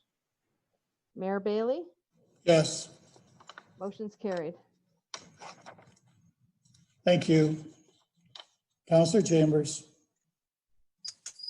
Mr. Mayor, the amendment that I'm proposing to the bylaw, now that we are have recommended the bylaw be extended, would be a amendment to the bylaw, and I think it's self-explanatory. I hope everyone has had an opportunity to read the email that is attached in support of my amendment. It identifies a mitigation plan that this particular congregation is using. It identifies some of the shortcomings that the delegation earlier this evening had spoken about with regard to singing and talking or loud talking and that kind of thing. That is negated in this congregation. And again, if you read what they are doing, you see that I believe that it is an effective mitigation plan. And I think that plans like that in places of worship should be sufficient to allow the congregation to either wear masks or not wear masks. So the amendment is simple enough. Please read the attached email and you can see what an effective mitigation plan in my mind would be. Thank And you, I would move that as an amendment to the bylaw, that the bylaw be amended to include that amendment. It's moved by myself and seconded by Councillor Miller, I believe. Thank you. Speaking to Councillor Faria. Yes, thank you, Mr. Mayor. I spoke to Ryan Pennings from Reformed Church today, and I spoke to two other Paris church leadership people who they were very, very good to talk to about it from their points of view, about the desire to help other people, the desire to keep people safe, but also that when I expressed concerns about, sort of church as usual, they said that that's not what they'd prefer either, that it would be just equal treatment to what we see at restaurants and gyms and such as that. I would actually ask that in that spirit, because it says here an effective COVID mitigation risk reduction plan, but it doesn't say who would decide that. I'm wondering if Councillor Chambers would be open to a friendly amendment that would add at the end of that statement that is reviewed and approved by the County of Brant, so that there is some process for people that, they are able to have it reviewed. And I keep it as a County of Brant because maybe it's bylaw, maybe it's another department, but I think that allows me to support this because I know that they will look into best practices. And as we've done with, they will work and try to find solutions for each church. Because one of the things that was brought up today by the church leaders is that all of their groups are very different. Their buildings are very different. So each would have to be based on what they are able to do. Ryan was saying, for example, that, the lobby areas and things like that, they wouldn't want to have it be not masked there necessarily, but that they have shifts for service, that people are socially distanced, stay in their family groups and their bubbles, that they are willing to and have been reducing or eliminating things. Ryan Imran was talking about songs and not going through and getting collection and not doing the peace be with yous with the handshakes, but instead from far away. Again, I just think that there should be some aspect of review from someone at the county, not as a hoop to jump through, but sure we're consistent and it's not, yeah, we have a plan over here somewhere if we're investigated, but that it's proactive. So Councillor Chambers, would you be willing to have that friendly amendment made? Councillor Chambers? Yes, that's reasonable. I think common sense would prevail. And if there ever was a dispute, that amendment would fall upon the county to adjudicate, the county council to adjudicate. But I think the practicality of the what you're suggesting is important and would be acceptable to the congregations. So it's a friendly amendment that they approve. Thank you, Councillor Chambers. Councillor Gatward. Thank you, Mr. Mayor. So this particular church said there was no singing at their church. So what about churches where there is singing? Are they allowed to sing with a mask on? Or are they allowed to not sing but not wear a mask? Councillor Chambers? I'll just respond to that question by saying that I don't think we have to envision every possibility of what may or may not happen. I think it would be up to the congregation to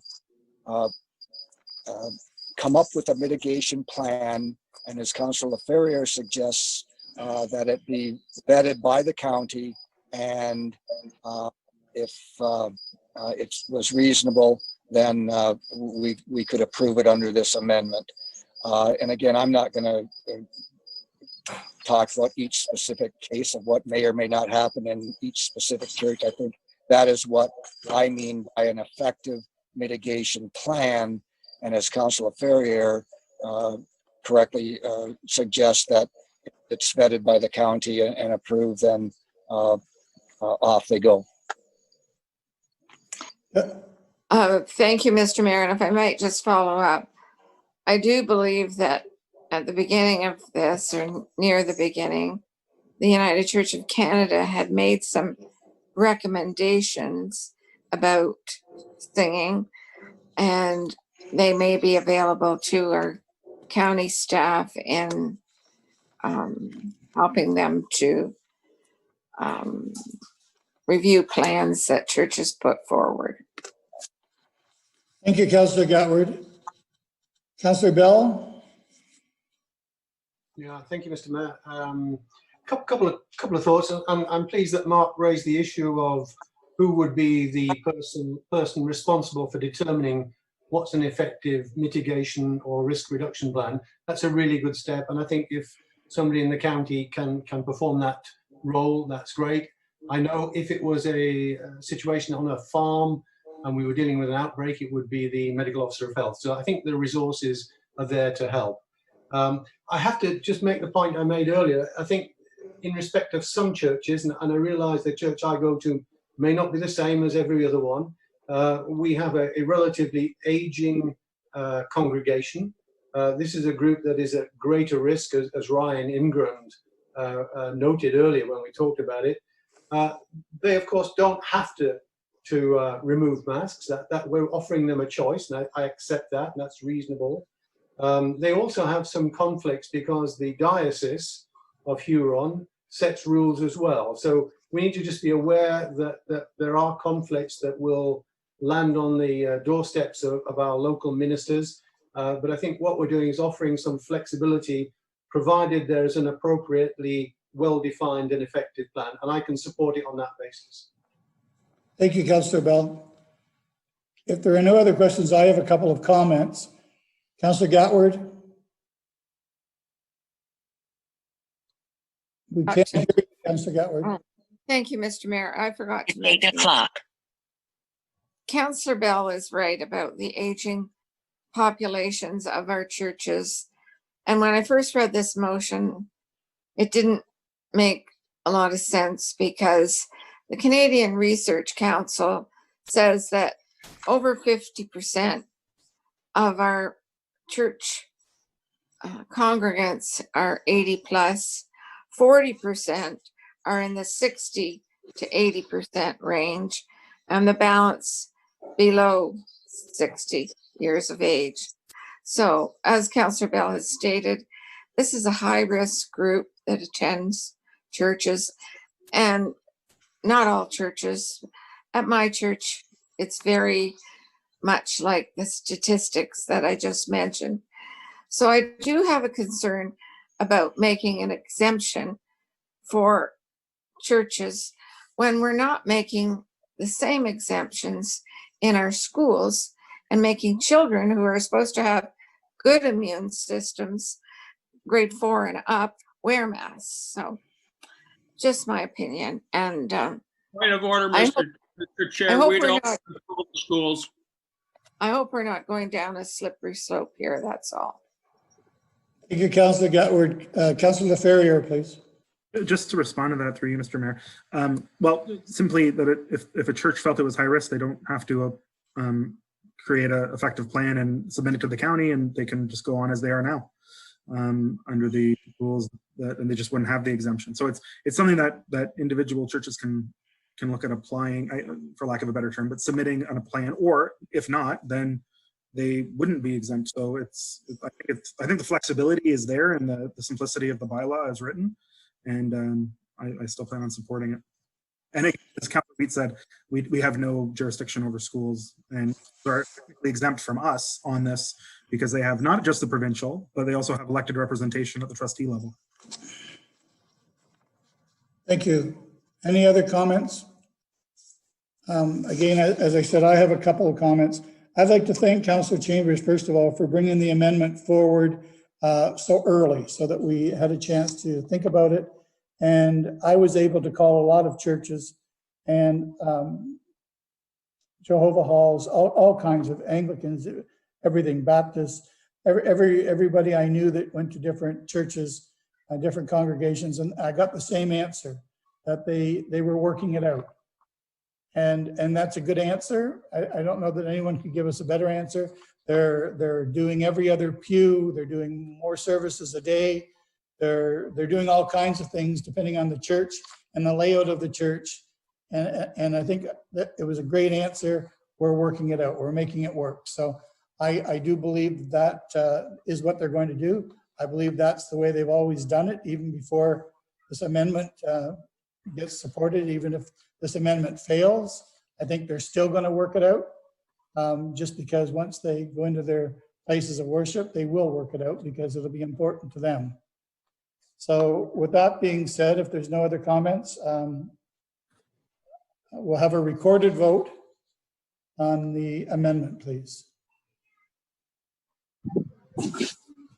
Can we be clear on the amendment too, please, Heather? To read it out. Yep. So the amendment is that the County of Brant face coverings bylaw be amended to include a provision that people attending churches, places of worship be exempt from wearing face coverings, provided the congregation has and follows an effective COVID mitigation risk reduction plan that is reviewed and approved by the County of Brant. We're clear. Recorded vote, please. Heather?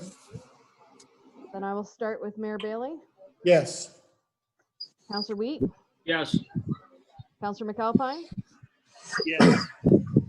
Councillor Laferriere. Yes. House. Yes. Bell. Yes. Councillor Pierce. Yes. Councillor Chambers. Yes. Councillor Miller. Yes.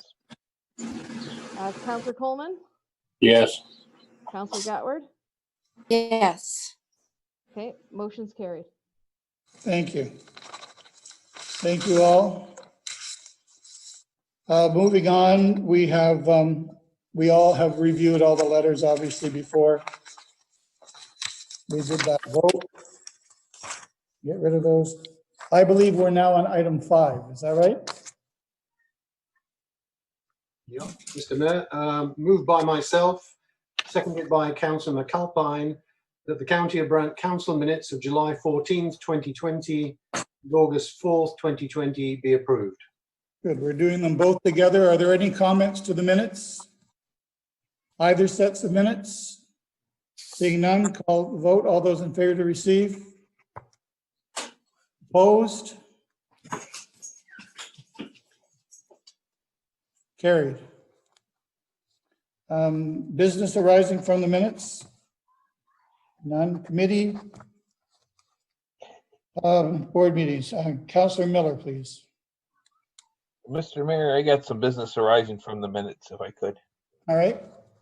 Just I asked a question last meeting about the wastewater arrears, and Heather put out a memo to that. So I want to thank Heather for that. But I think she said the next update would be in September. But there were some trends in there that were a little disconcerting. So I think that's something we should all keep an eye on. I can go on to 7A, Mr. Mayor, if you so wish. Do you want to talk about your concerns now, Councillor Miller? No, I'm going to wait. I'm going to No, wait till September. Sure you can. You can go on to number 7 now too for me, please. Okay.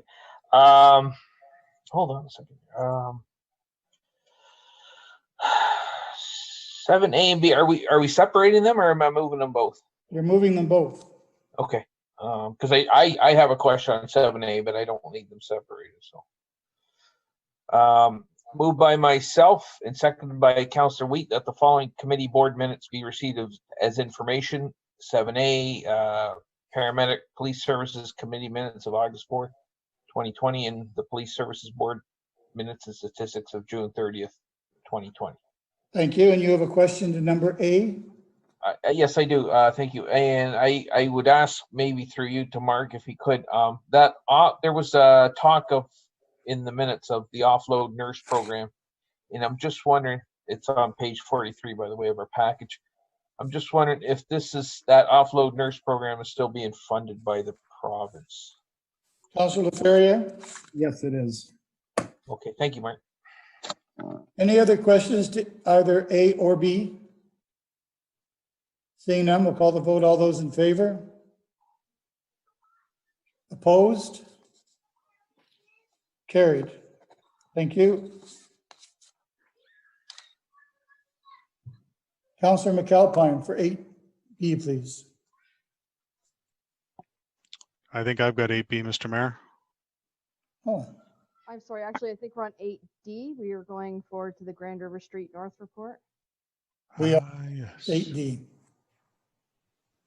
Okay, moved by myself and seconded by Councillor Gatward that staff report RPT/20/107 Grand River Street North Corridor Municipal Class Environmental Assessment be approved as presented.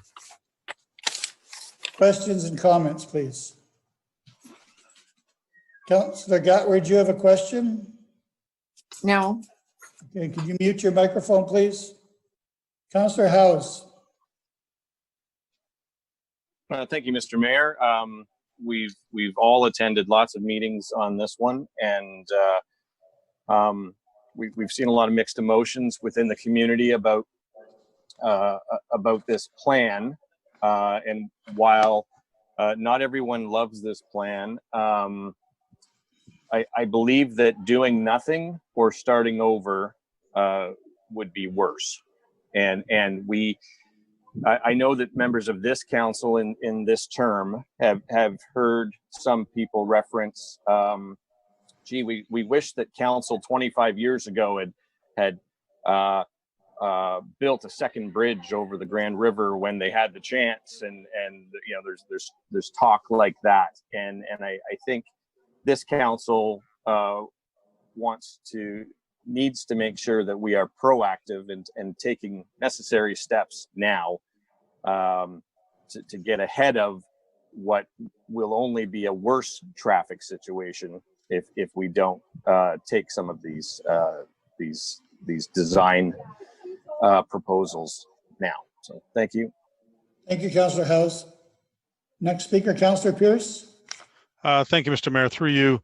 Yeah, this is a great report, and I think the number of public meetings we've had on this and the input we've had from the public and the number of changes that have been taken into consideration for this are fantastic.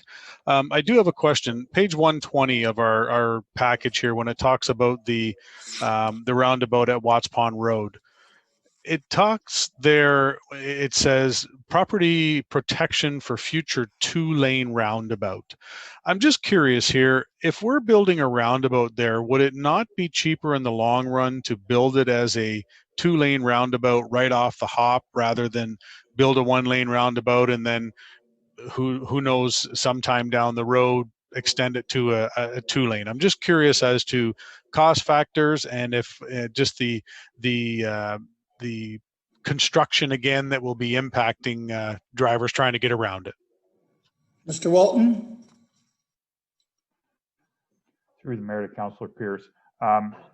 certainly that Watts Pond Road roundabout is not in the first phase of the project, so there's lots of time to look at that, and the cost benefit of whether or not we initially built that as one or two, I think, can be looked at as we do the project and get prepared for it over the next few years. So we'll certainly note that concern and discuss that. Now, one thing I'm not sure of is to where what we have to do for obtaining property to do that. So that's one thing that could make the decision on that, as to whether or not we would be waiting to obtain property through developments to make it wide enough for the 2-lane roundabout, because it certainly would not be warranted at the initial stages of the construction. So it's a good point to bring up, and we can certainly look at that.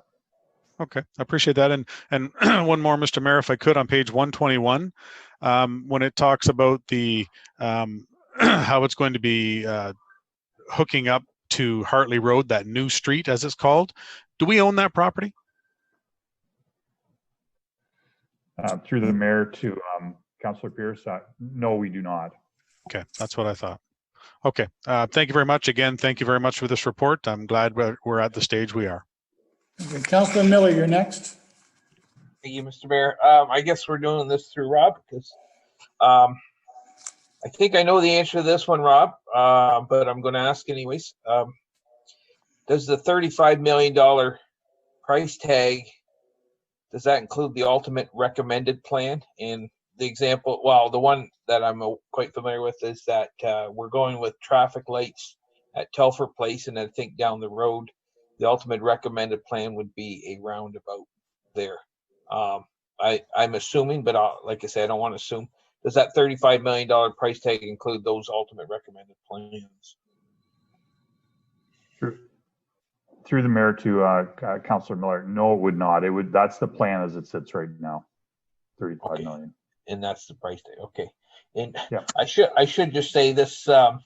This report shouldn't come as a surprise to anybody, because we have had lots of public meetings and lots of things like that. So I'm glad it's coming forward. I'm glad the project's moving forward. So thank you to you guys for doing that. Are there any other questions, Councillor Bell?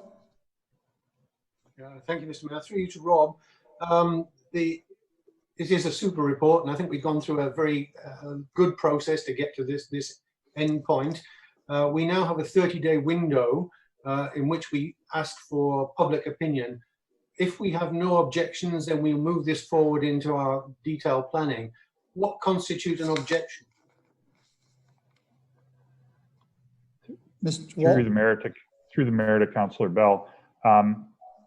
Through the EA process, actually, if you read the notice of completion, which is the last thing in the report, an actual objection is somebody has to put in a request to the minister for a bump up. The way the process works is anybody that has an issue with the project is supposed to first talk to the county about what their issues are to confirm whether or not they have an issue or not. And if that can't be resolved, they're to go to the minister's office and ask for what they call a bump up request of the project. So that would be an official complaint. Councillor Bell, I can't hear you. Thank you. A follow-up question, if I may, Rob. What items of the scope will go into our 2021 budget? Mr. Walton? Through the mayor to Councillor Bell. Certainly the engineering on the deep sewer to go from the existing pumping station up to Hartley Ave is one of our priority projects. And what we'll have to do is decide how we're going to scope the rest of that design. Are we going to do the design for the whole thing at once, or are we going to try and fast forward that project? So once this report's passed, we'll be one of the things for us to do in preparing for the 2021 budget is to get the phases of this for 2021 suggested. One of the good things for us under this one is that one part of the design of this and the construction of it actually is done by a developer, and that's the road to parallel Paris Grand. And fortunately for us, we don't have to pay for that, so that's something we don't have to budget for. Councillor Coleman? Thank you, Mr. Mayor. Page 130. I do still have some concerns through you to General Manager Walton about the lack of parking along those businesses there, right along Grand River Street North. They are angle parking right now. They're being slashed more than half, and they're businesses that, especially some of them that rely on the trades coming in and out. And how are they to succeed with minimal amount of parking? Mr. Walton? Through the mayor to Councillor Coleman, I think that this requires us to be looking at what has been proposed for the downtown of Paris and what our replacement of those parking spots would be, both in that area and other places. I think in that area, we also need to be a little bit creative for those businesses that do have the in and out traffic, to maybe look at having short-term parking there so that we're turning the parking over, not having people taking them up for long periods of time. So I think there are things that we can do to be sympathetic to those issues there. But we certainly know this is an area where there are long-standing problems, traffic safety problems caused by the angle parking that's there as well too. So I think we need to move forward in a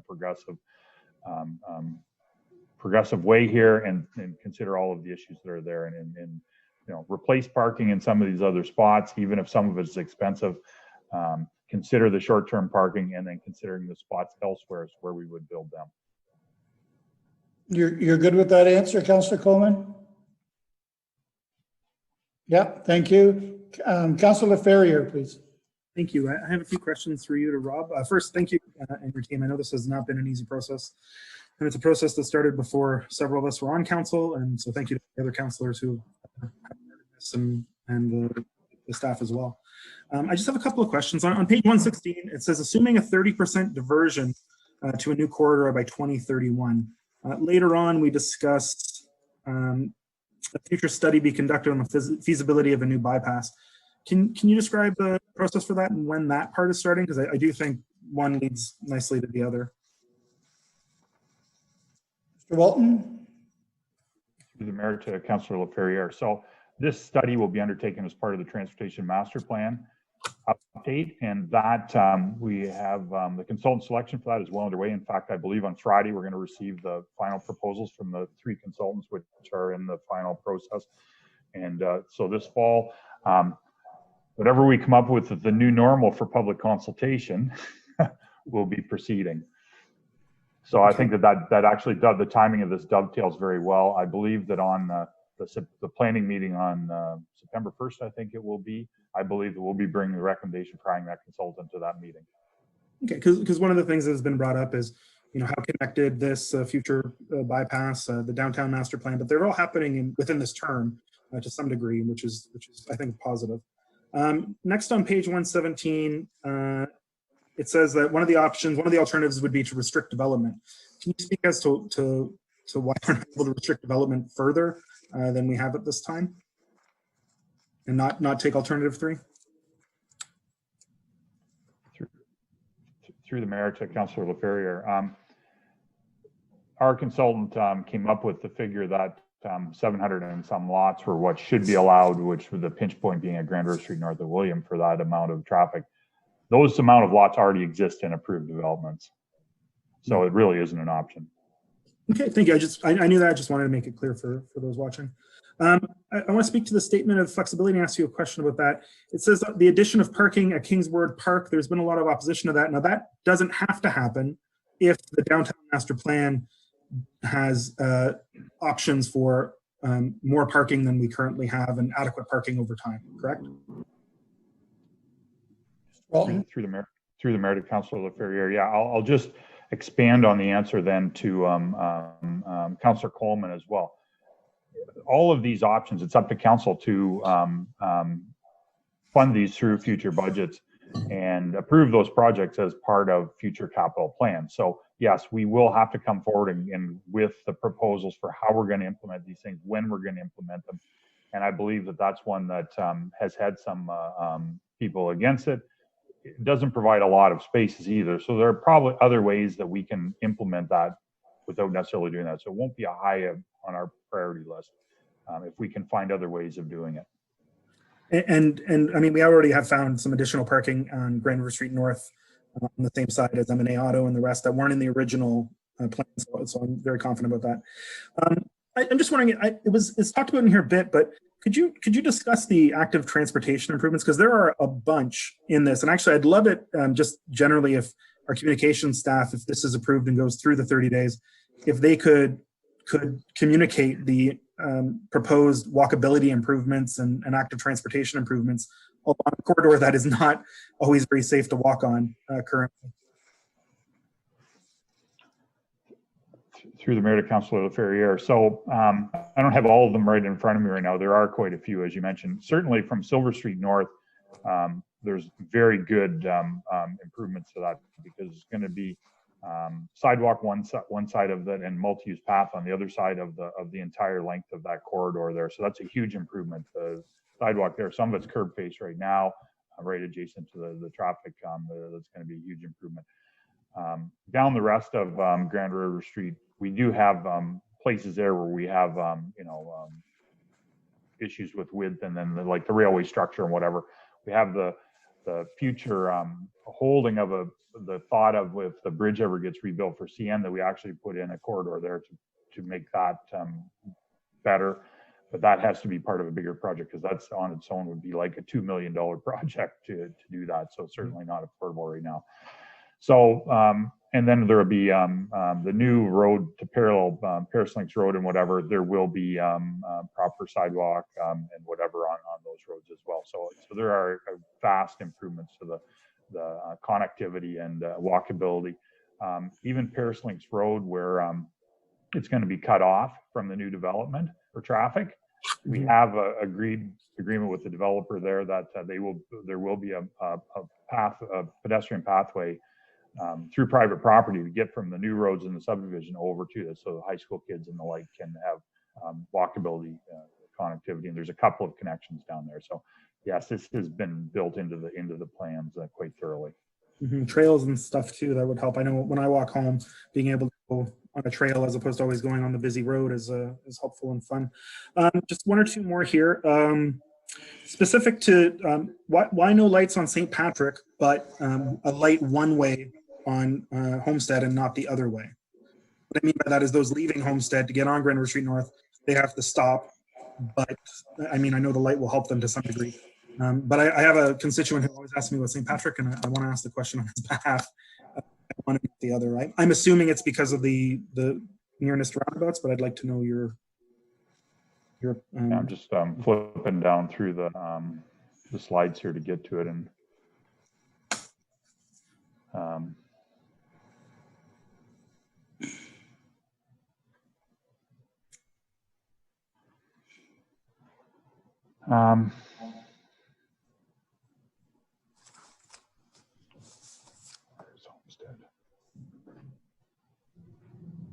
yeah, well, the idea at St. Patrick Street was the whole future connection from there, from Blair Street over to there, which is not going to happen at this time.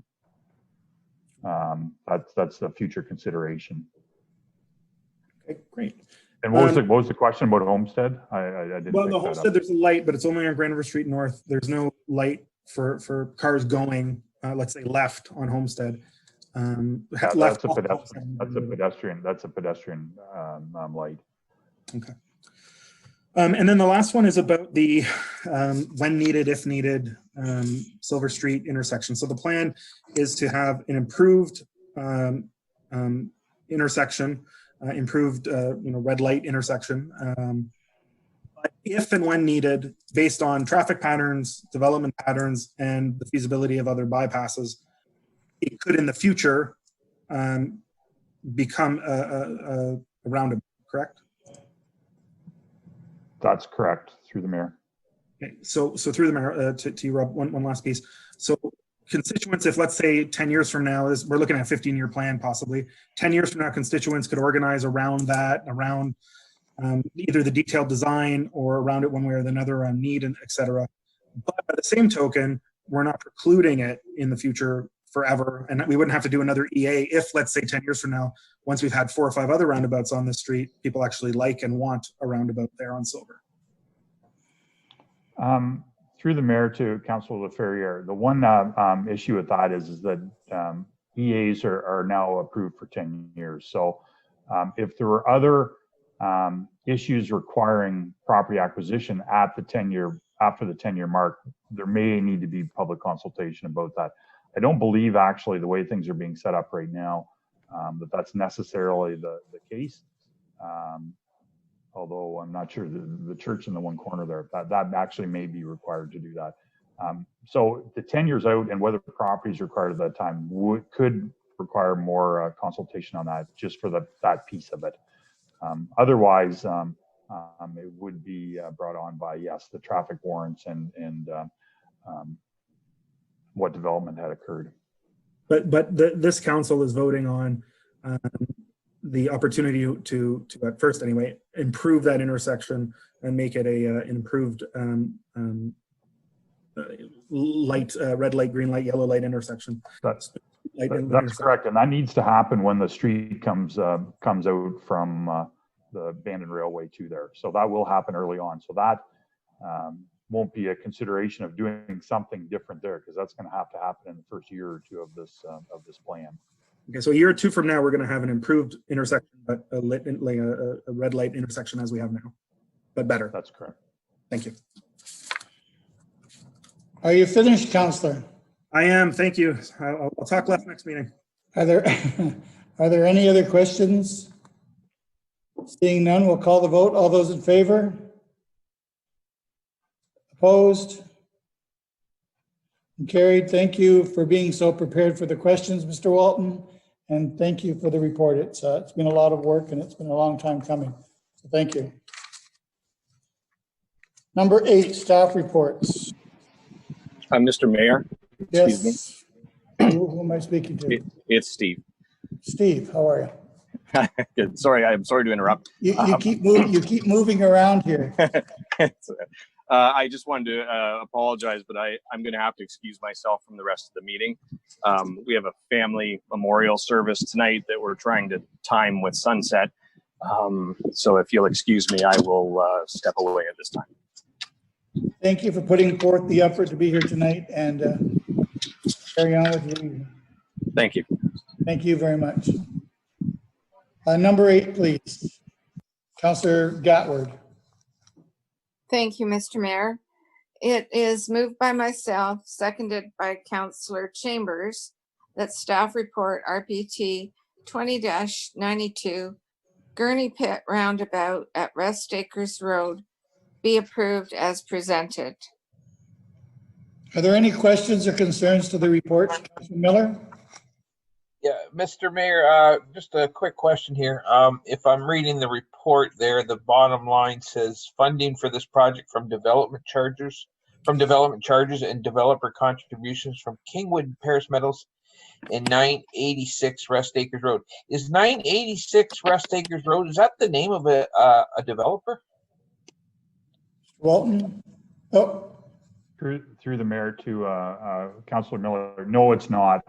That's the property that would have been known as Schuyler Orchards at one time, and we just used the name of that. And that is not subject to any development agreements right now. So that would be definitely a future consideration. Although we do understand that they're early on in their planning for that, so it certainly won't be a surprise to you. The condition for collecting money from Kingwood Paris Meadows is actually already in their development agreement and draft plan conditions. Mr. Miller? Okay, then I have trouble with the recommendation as written, that we're looking for money from 986 Rest Acres Road, and I don't know what the best way would be to clean that up, but I don't like it as written. Mr. Walton? Through the mayor to Councillor Miller, but it says when they develop. So so the last clause of the recommendations are that developer contributions from the two developers when they develop, which is all that we can do. We certainly can't get money ahead of them before they have a development agreement. So Kingwood Paris Meadows will happen quite soon. Our hope is that they'll actually front end the entire cost of what has to be built initially, as part of their development agreement. And that certainly will be the county stance on that. And those discussions will be happening very soon as we prepare the 2021 budget. Oh, okay, well, I guess maybe, well, who owns, is that an Edgar property, 986 Rest Acres? Through the mayor to Councillor Miller. No, Kingwood Paris Meadows is 989 and 986 Rest Acres is the Schuyler Orchards property. Okay, I still don't like it, but. Councillor Gatward. Thank you, Mr. Mayor. Through you to General Manager Walton. This interchange is near the Gurney Hall Road.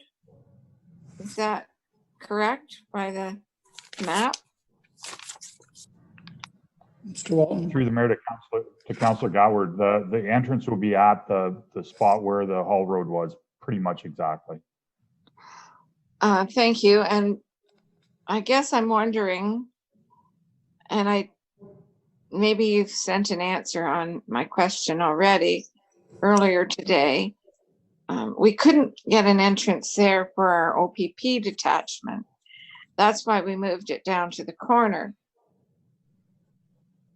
Do we have permission from the MTO to put a roundabout at this location before we spend money on engineering? Mr. Walton. Through the mayor to Councillor Gatward. The answer to that is yes. Through the Rest Acres Road Class EA, this was an identified project as when that was done. And also when the Kingwood Paris Meadows went through its draft plan approval, this was shown on their draft plan as an entrance. And just so everyone knows, this is an important project for the county. There are something like 60 some acres of high prestige industrial commercial lands here, which are going to be, this is their main access to there. So this is an important project to go. Had we known the timing of this when we did the 2020 budget, we would have budgeted for this in the 2020 budget, but they came forward with their proposal. They needed to get it built right away about the time last year that the budget was finalized and passed by council in late November, early December. And then of course we had COVID. So the timing of getting this going hasn't been as good as what we had hoped, but it is time to get it going now. And can you tell me, are they the same firm that did the roundabout that we currently have on Rest Acres? Through the mayor to Councillor Gatward, the one that's at Powerline was done by a different firm, but they're doing the three that are being constructed in this phase of construction, which is undergoing right now. Thank you. I'm glad we have approval and the ministry. We have it in writing from the ministry. Mr. Walton said we have got the approval, Councillor Gatward. Thank you. I'm sure they put it in writing. Are there any other questions to the report? Seeing none, all those in favor? Opposed? Carried, thank you. Councillor Pierce, please. 8B, sorry. Thank you, Mr. Mayor. Through you, moved by myself and seconded by Councillor Laferriere that staff report RPT-20-102 Community Improvement Plan Application CP-20-02 be approved as presented. Any questions to the application? Seeing none, we'll call the vote. All those in favor to receive? Opposed? Carried. 8C, Councillor Wheat, please. Moved by myself, second by Councillor Coleman. County Brant, renew the municipal insurance and risk management program with Frank County Insurance Company Limited for 1-year term. Are there any questions to the renewal of the insurance for the county? Seeing none, we'll call the vote. All those in favor? Opposed? Carried. 8F, Councillor McAlpine, please.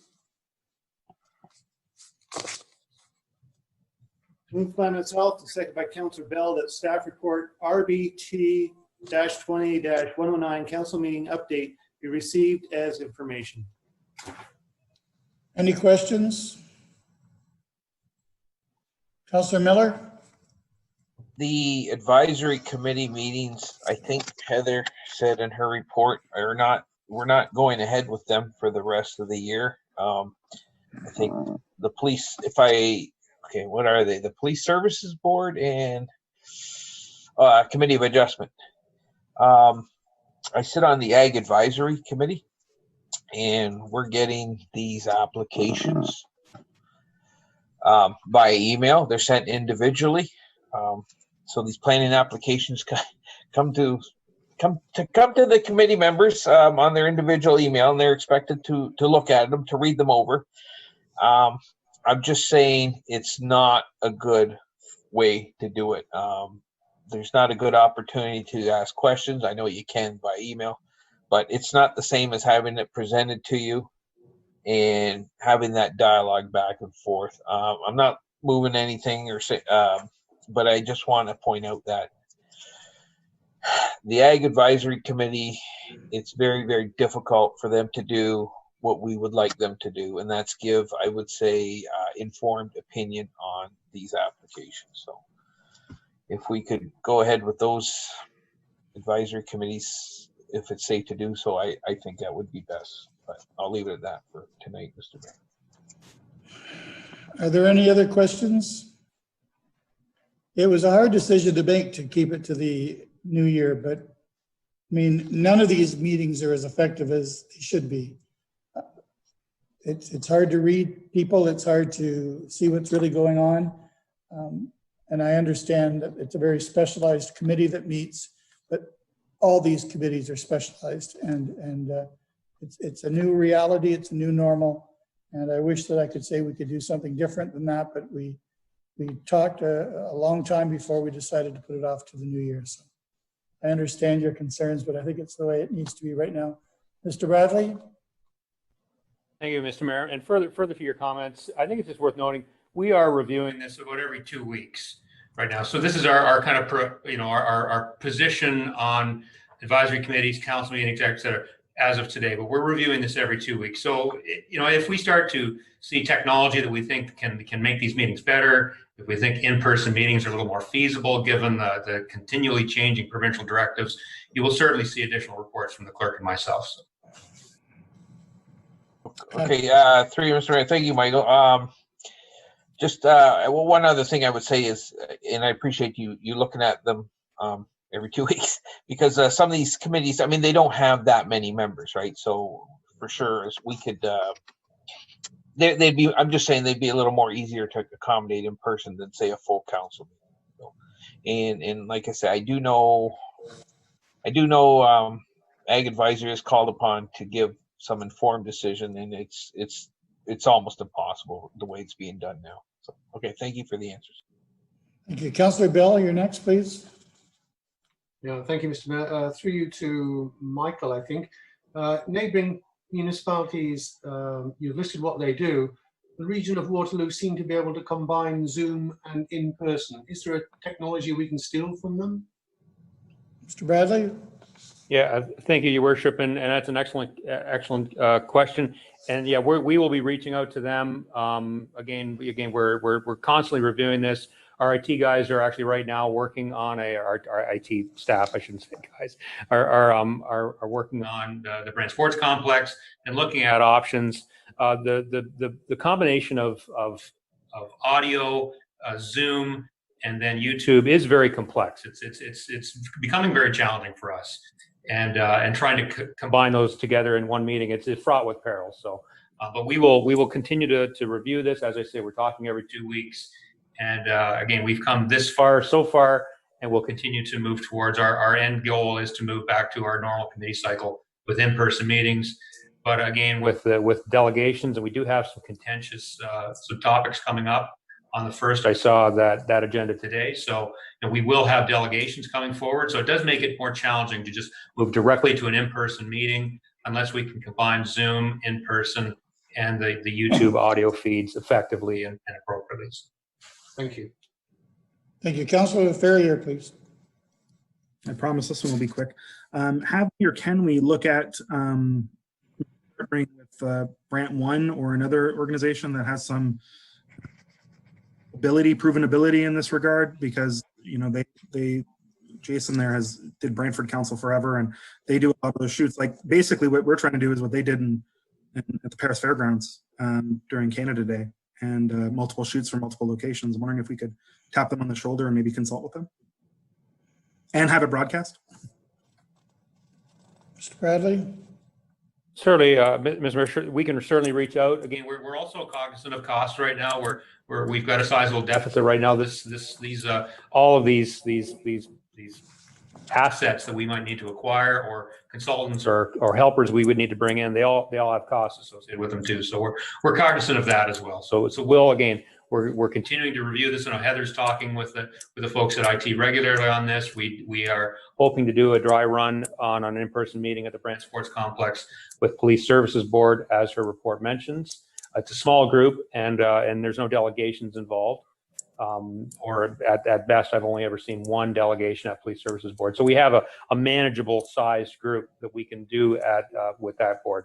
If that goes well, then we will certainly then be determining how we can move council into an in-person format, still have the ability of delegations to come in remotely, because I think not everyone's going to want to do that. I saw the term that was used by one of our delegations tonight. I believe it was a super transmission events. I don't think we really want to run the risk of having one of those as part of our council meeting. So we're going to continue to move very cautiously on this.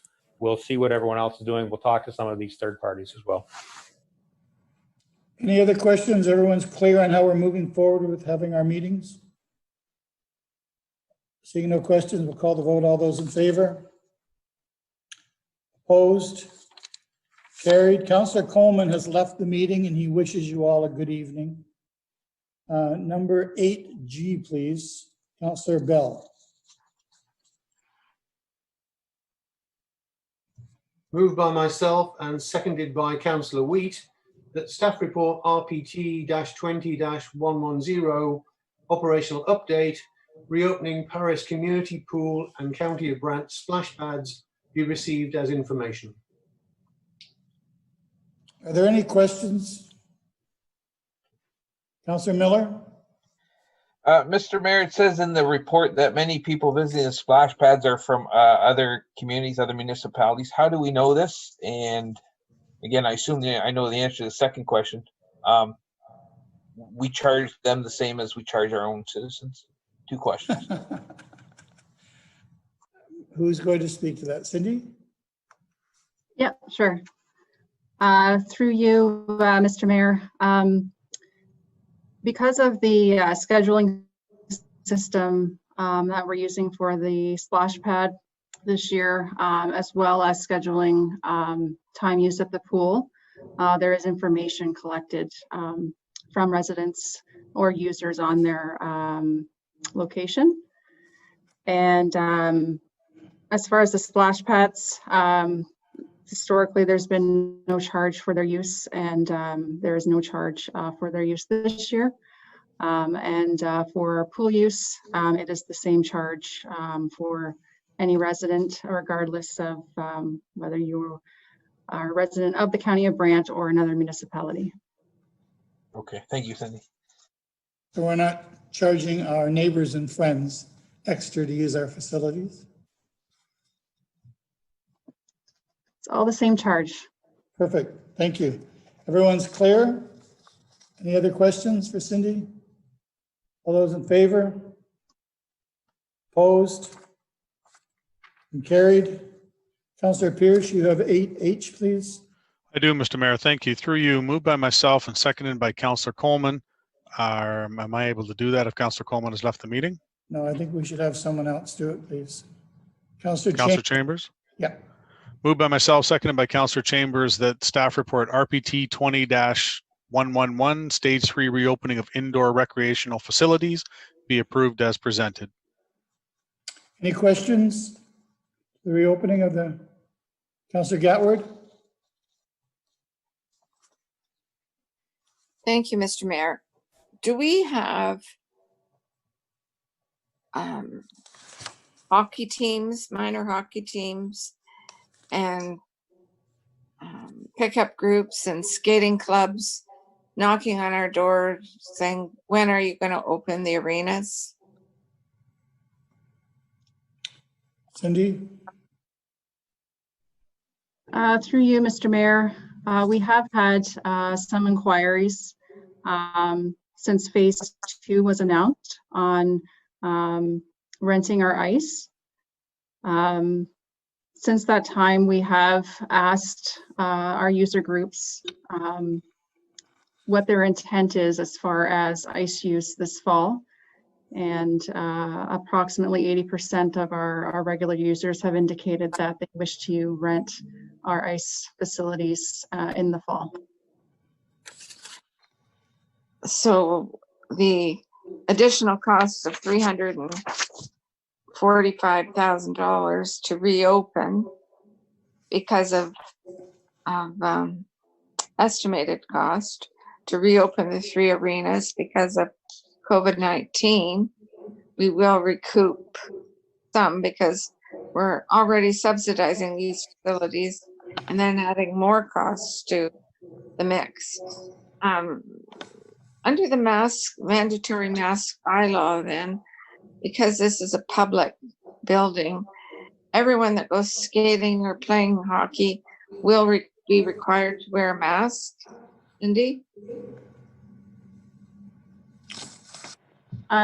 Through you, Mr. Mayor,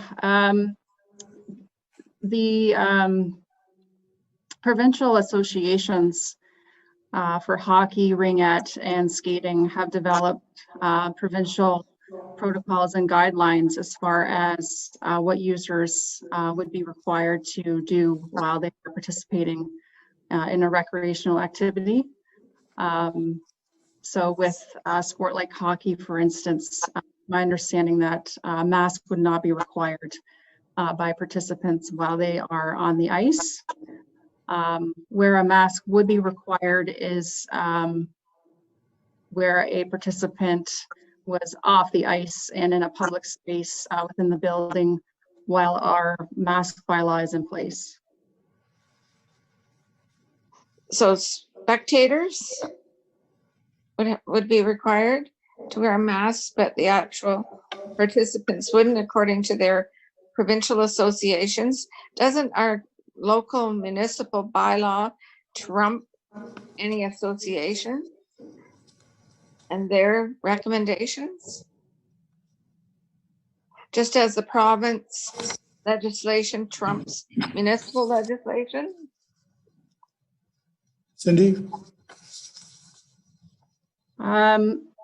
I'm not as familiar with our bylaw around that. I'm more familiar with, as I indicated, the guidance that's coming from the recreational provincial associations themselves.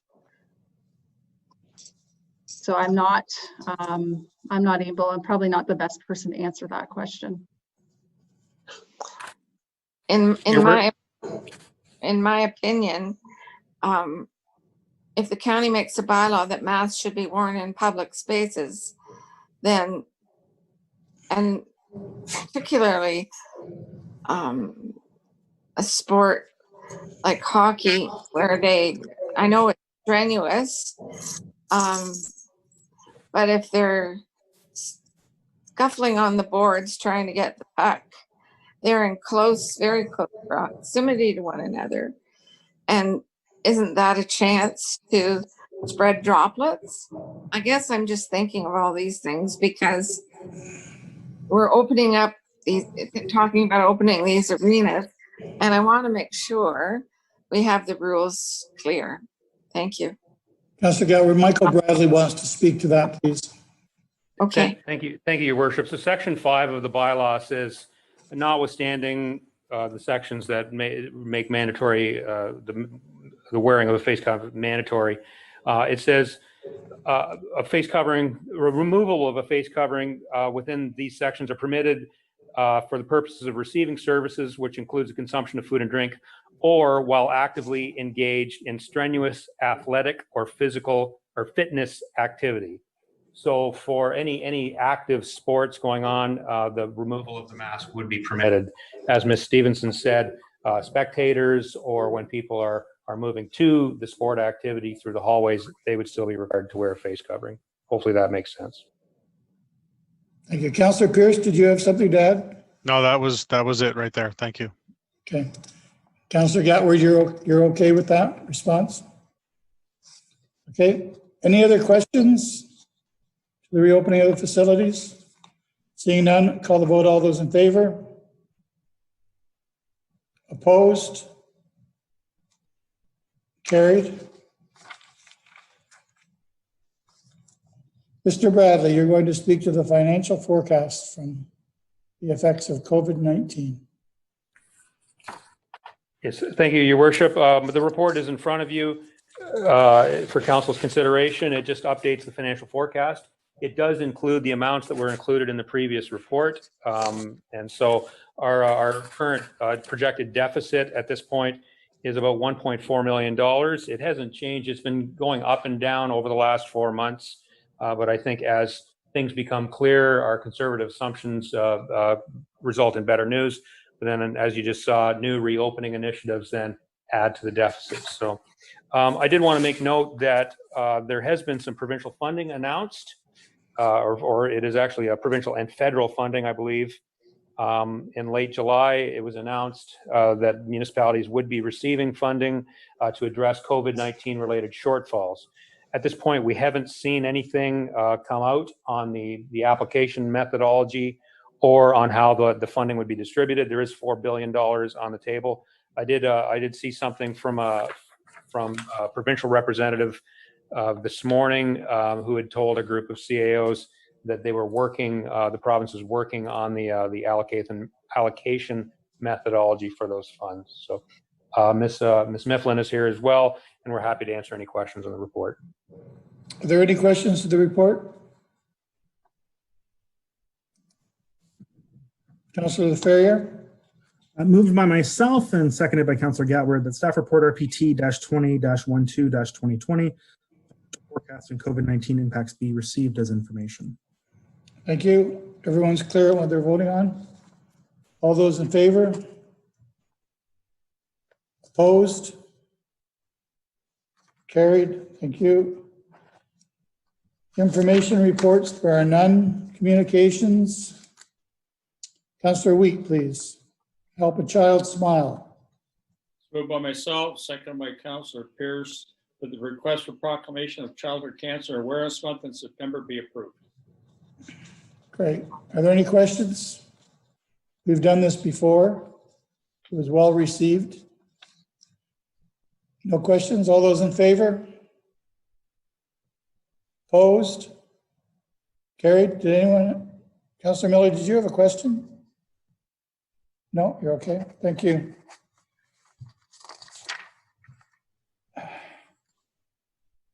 Who's going to take over number B here for Mr. Coleman? No volunteers? Councillor Chambers? The resolution for the proclamation of World Suicide Prevention Day on September the 10th. I'll move it. 20.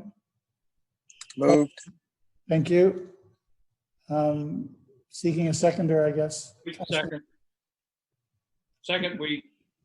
Thank you. Councillor Wheat seconded it. Any other questions to what we're doing? It comes with a flag raising. All those in favor? Opposed? And carried. Councillor Miller, Family Day and Children's Services. Moved by myself, seconded by Councillor LaFerriere, that correspondence from the Brant Family and Children's Services, introduction of new supervisor Bernadette Gallagher, be received as information. Any questions? Seeing none, all those in favor? Oh, well, no, that's good. Councillor Gatward, please, D.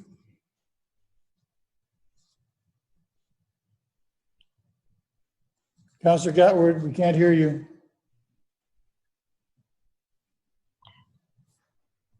Sorry. It's Okay. moved by myself seconded by Councillor McAlpine.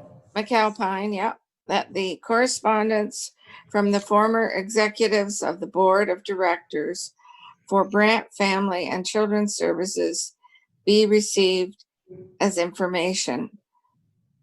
And Mr. Mayor, I would like to speak to this item, and I don't have to go first if anybody else has any. You might as well go first, Councillor Gatwood. Thank you. Well, I appreciated all 3 letters that we received on this matter of Brant Family and Children's Services. And we all read in the paper when our local board of directors resigned. They were having differences with the ministry who's responsible for this portfolio. And now we have letters stating that they wanted to amalgamate with Haldeman Norfolk and they wanted to disband the membership. This letter, 10D, is stating otherwise. So I'm wondering if we really need to sit down with our new executive director and express our concerns about children's services in Brantford Brant. And I don't think, in my opinion, amalgamating our 140,000 population in Brantford Brant with the 110 plus population in Haldeman Norfolk is a good idea. That's going to make one children's services center for 250,000 people. And will that be effective as we were doing in the past? And I know they wanted to get rid of the deficit. Nobody likes a deficit. It was a historic deficit. And according to the letter, many societies for children have deficits. So I'm concerned. I mean, they cut 26 staff. They lost, of course, all the clients when Six Nations started their own children's services division, which was fine, but they also lost a lot of funding. And as they pointed out in their letter, they did not get any additional funding when the opioid crisis started, and there was a lot of addictions, and children were being neglected, and their services were needed. I guess I'm really concerned, and I think the province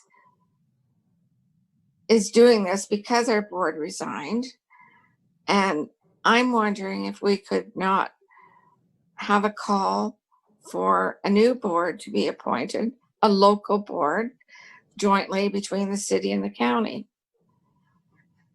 So I'm not sure. I'm sure there's others around the table that share my concerns. And I would like to provide a letter expressing our concerns, a coordinated response between the city and the county to these board members, the new executive director, and the supervisor. It's 9 o'clock. And if you need a motion, I'd be happy to make it once we're finished with the discussion. Thank you. Any other discussion? Councillor Wheat, did you have anything to say? No. No? Councillor Chambers? Thank you, Mr. Mayor. The motion that should be put forward is a motion to refer the matter to staff for a report for our next meeting and get some of the information that would be amenable to making a overture, as Councillor Gatwood is suggesting, but it should be coming from a staff report rather than one of the councillors, any councillor for as a result of reading the letter. So I think the motion when it comes should be to refer it to staff. If we want to pursue the matter, that's what I would suggest that we do. And I would be prepared to make that a motion at the appropriate time. Is there any other discussion or comments? Councillor Laferriere? Yeah, I'd be willing to second Councillor Chambers' motion. As somebody who spent some time in children's aid, both in person when I was in my personal history, but also as a social worker student. I'm really troubled by, I understand there's provincial oversight, but there's community input and community oversight. And I think it is prudent to just maybe either voice that concern or at least for the options for some local representation, including maybe council representation on board or council input or some such, as we do with other social service type services, if it would be amenable to the province and to the children's aid, the family and children's services. There's a lot here, and I think it would be helped by some county involvement / communication in a more permanent manner. So I would gladly support Councillor Chambers' motion. Councillor Miller, please. Mr. Mayor, I was going to second the motion, but Councillor Ferrier did, and I'm okay. Yeah, we send it to staff. We'll see the report. I do think a coordinated response, so with the city, would send a stronger message to the province. Keeping in mind it is a provincial jurisdiction, provincial matter. I did bring it up at social services at one meeting last year. I had a good discussion with Kevin about that.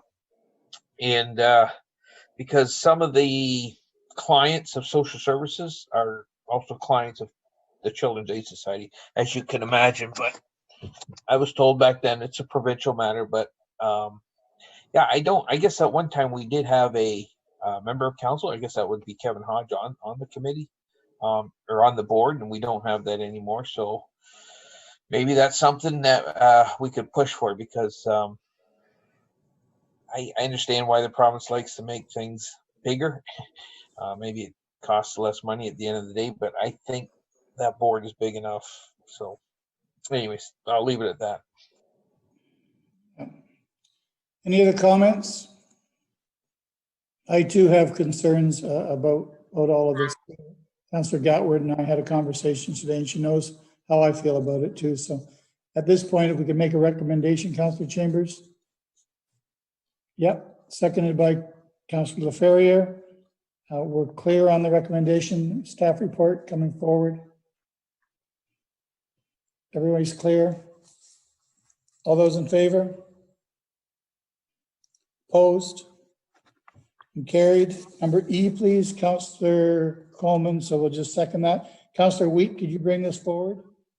Sure. We need a seconder. Councillor McAlpine. Thank you. Any questions? Number E. Seeing none, call the vote. All those in, oh, Councillor Gatward, did you have a question? Can't hear you, Councillor Gatward. Actually, Mr. Mayor, I have no questions, but I would refer this to our bylaw enforcement department. Maybe that's already been done, because the correspondence speaks to the county's legislation or the municipal legislation, and whether or not we have current legislation for these types of vehicles. And I'm sure the OPP already have this, our Brant County OPP, but I would like to make sure that bylaw is aware of this so that they can bring back any bylaw amendments or changes to council that need to be made as a result of this off-road vehicle change that the province has made. Thank you. We need a motion for that, Heather? Well, the motion is to receive his information. I believe it's already been referred to bylaw and it'll probably be coming back forward. Thank you. Great, thank you. So you're going to get what you want, Councillor Gatwood, just by supporting this moving forward. All those in favor? Opposed? And carried. Resolutions number 12, there aren't any new business. Councillor Pierce, please. Thank you, Mr. Mayor. Through you. The first one on the new business there is in regards to an extended service office for the OPP. There was a letter in our addendum this evening. Jennifer Haley was going to be coming here tonight, but unfortunately she couldn't attend. I think the letter is pretty self-explanatory, but the long and the short of it is, and Police Services Board, we've had discussion that once the new OPP detachment is opened, there's a lot of ask by local citizens that we still have an OPP presence in the downtown area. I know as council we've spoken before in regards to some sort of satellite office, as it says in the letter, like we have in St. George or Burford and that type of thing. I think the gist of the letter is the fact that the Police Services Board would like to be involved in those discussions if we can be. We're open to to collaborate with council in any work that's done on finding a location, and we understand that there's a lot of things being done in the downtown area that may open up new possibilities. Again, there was a good discussion we had at Police Services Board, and it was just asked to bring this to council. As I say, Jennifer was going to come. Just the fact that we want to be on board with Police Services Board in keeping the presence of the OPP in the downtown area of Paris. That was kind of it for the first one there. If there's any questions. Councillor Gatwood, you have a question for Councillor Pierce? Councillor Gatwood, we can't hear you. Yep. Yes, I do. I do have a question and a comment, Mr. Mayor. First of all, we have a police station in Paris. It is moving to a different location in Paris, on the outskirts. And the extended service office that Councillor Pierce has mentioned does not guarantee an officer in downtown Paris. The extended service offices that are in Burford, St. George, there's one in Oakland that is rarely used. The officers aren't there hardly at all. So to make one in Paris, it doesn't make sense to me.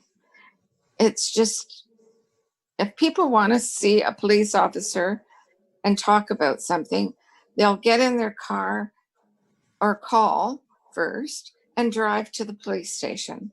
Now they can drive to the police station or drive to an extended service office and have somebody try and meet them there.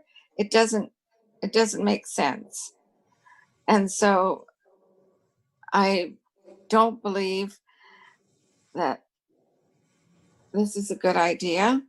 And if Councillor Pierce thinks that it's going to be staffed, unless we're going to pay for an extra officer, it's not.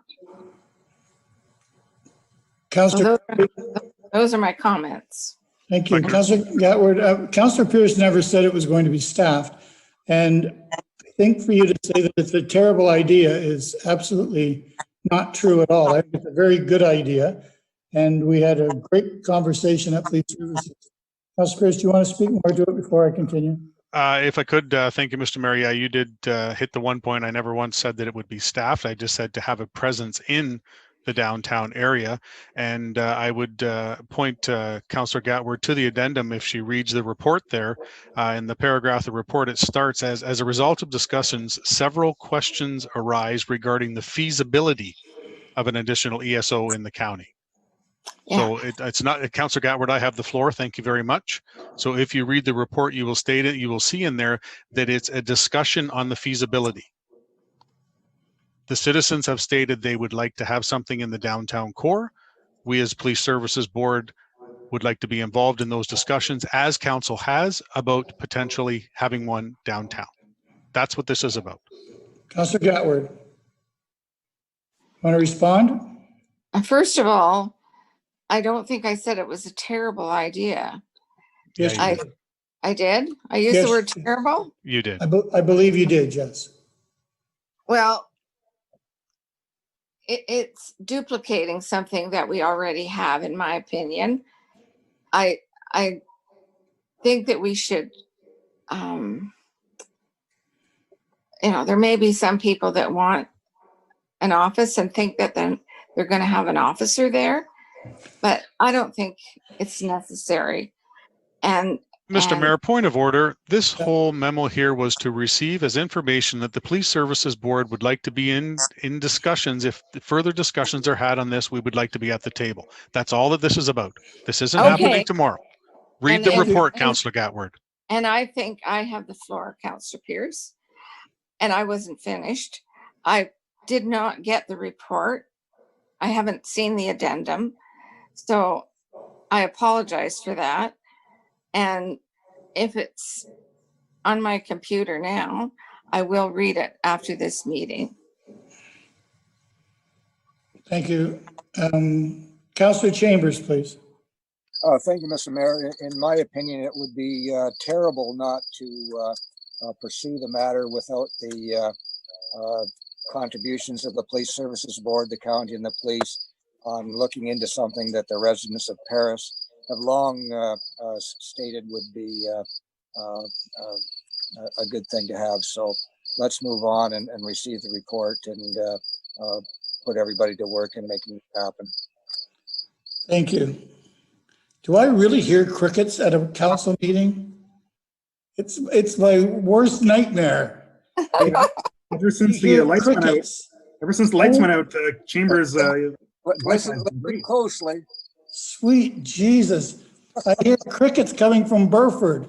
And the person meteor showers are about to begin. It's been a very long meeting.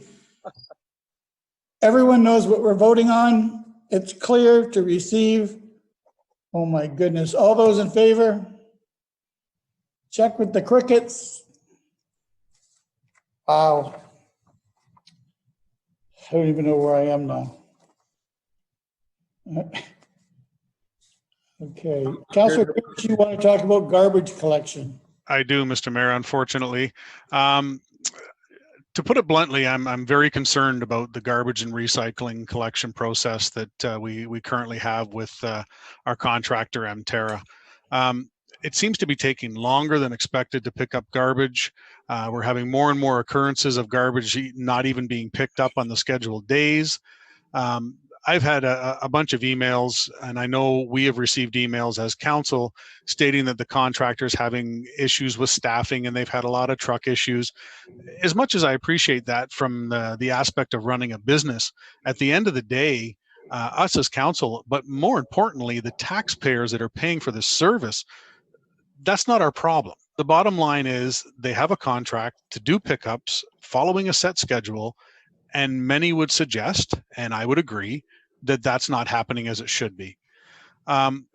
Looking back on it, it's not a new thing. I feel that they've shown over quite some time now that they're not getting the job done, and I don't feel that they're getting any better.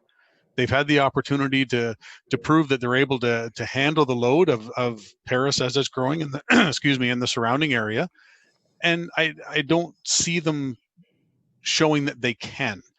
I've had personal calls and emails from constituents, and I've also witnessed it myself on several occasions, that they're throwing everything, garbage, the blue box materials, everything into the one compartment. I've had reports of people telling me that their cans have been left half empty. If there's a slight rip in a bag, they're not lifting it, they're not picking it up. There's garbage being left on the streets.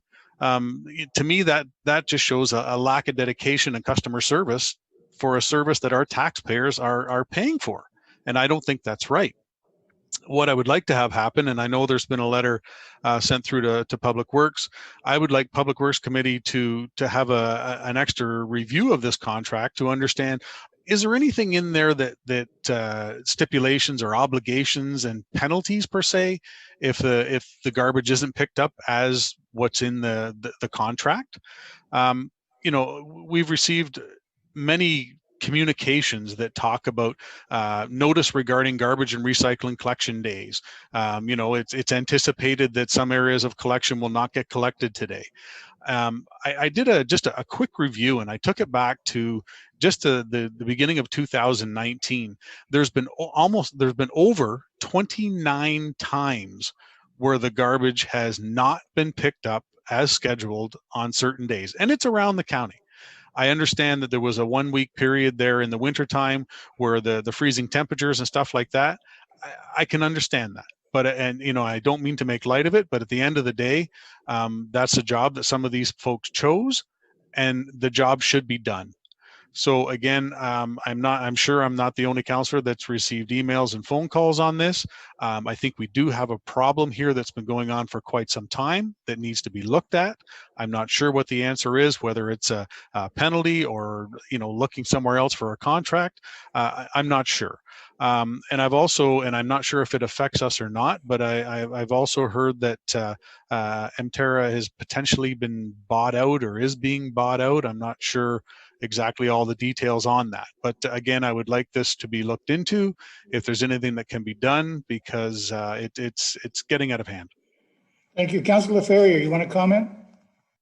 I do. I agree with a lot of what Councillor Pierce has been saying. We've been besieged some days, some weeks by angry residents, rightfully so, and I understand why. I understand also that some of this is COVID related and some of it's staffing related, but still it's a service we pay for, and I'm wondering as well about the option for penalties or some reassurance formally or new planning. However, there's one thing I just want to correct Councillor Pierce on, because it's come up before, and it is unhelpful to propagate it. He may not know this, but though it looks like they're being put into the same bin, the recycling and the garbage, they actually have two separate bins within the bin that you can't see from the road, which is very frustrating because we all get emails continually saying, I saw them and they put recycling in my garbage and garbage in the same thing.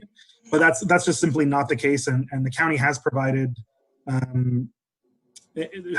pictures of both the back and the side loading to show that they are different. That there's a recycling and a garbage bin hidden essentially, but that they are separate, even though it doesn't look like it from the road. Thank you. Councillor Pierce?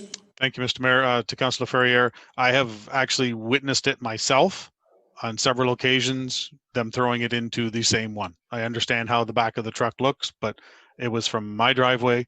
They were down the street. I witnessed them throwing it into the same one. So it does happen. Not all the time, but I have witnessed it on more than one occasion. Councillor Gatward, please. Can't hear you, Joan. Councillor Gatward. Yep. I have trouble bringing down the buttons to click to unmute, so that's why it takes me long. Okay. Sorry about that. That's okay. Take your time. Yeah, it is unfortunate. I had somebody say to me about that same issue, and I explained to them there's two compartments. And if you're looking at a truck from the side, up the street or down the street, you can't tell. Anyway, I haven't had any complaints, I'm happy to say. I've gotten the same emails about garbage might not be all picked up today. It was always on a very hot day recently. We've had some steamy hot 30-degree weather. And I don't know what the provincial health and safety rules are for employees working outside in the heat. I certainly don't want any of Emterra's workers falling off the truck, fainting with heat exhaustion. So if they can't continue to work a full day because of the heat, I understand that. And I think my residents do too, because nobody has complained out here. I don't know if any other rural councillors have had complaints or not, but that's just my 2 cents worth. Thank you, Councillor Gatward, for your 2 cents worth. Councillor Pierce, if you'd like to respond, please. I would, Council Mayor. I'm not sure if council would indulge, but I've got a listing that I took, and there's dates that are definitely not temperature-wise, Councillor Gatward. There's days in January, February, March, April, May, June.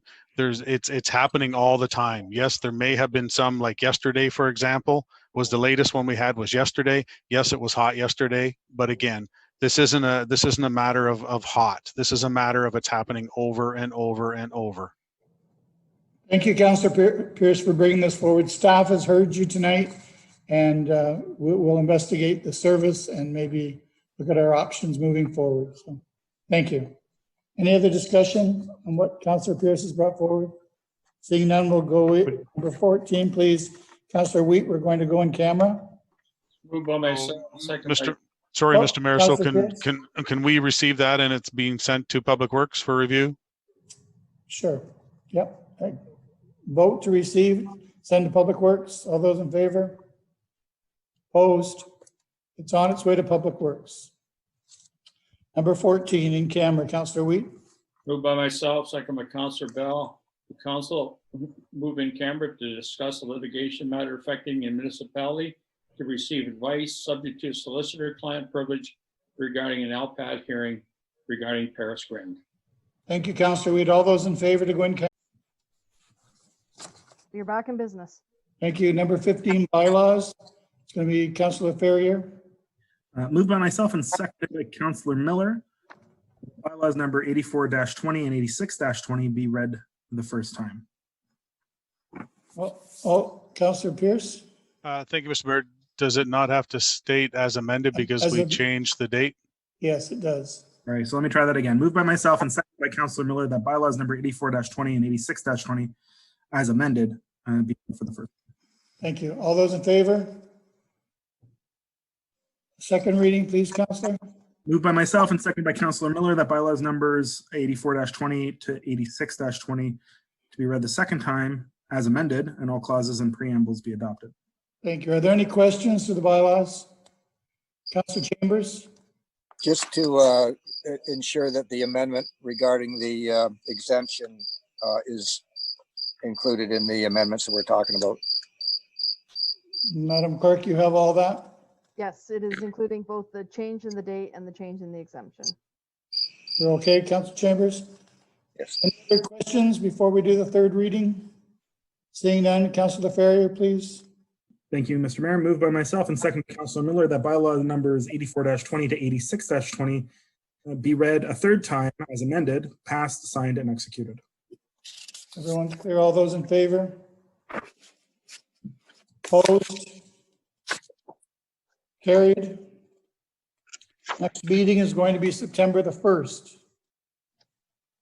Or call it, unless something happens, it'll be the call of the chair, but as things move on, nothing changes, it'll be September the 1st.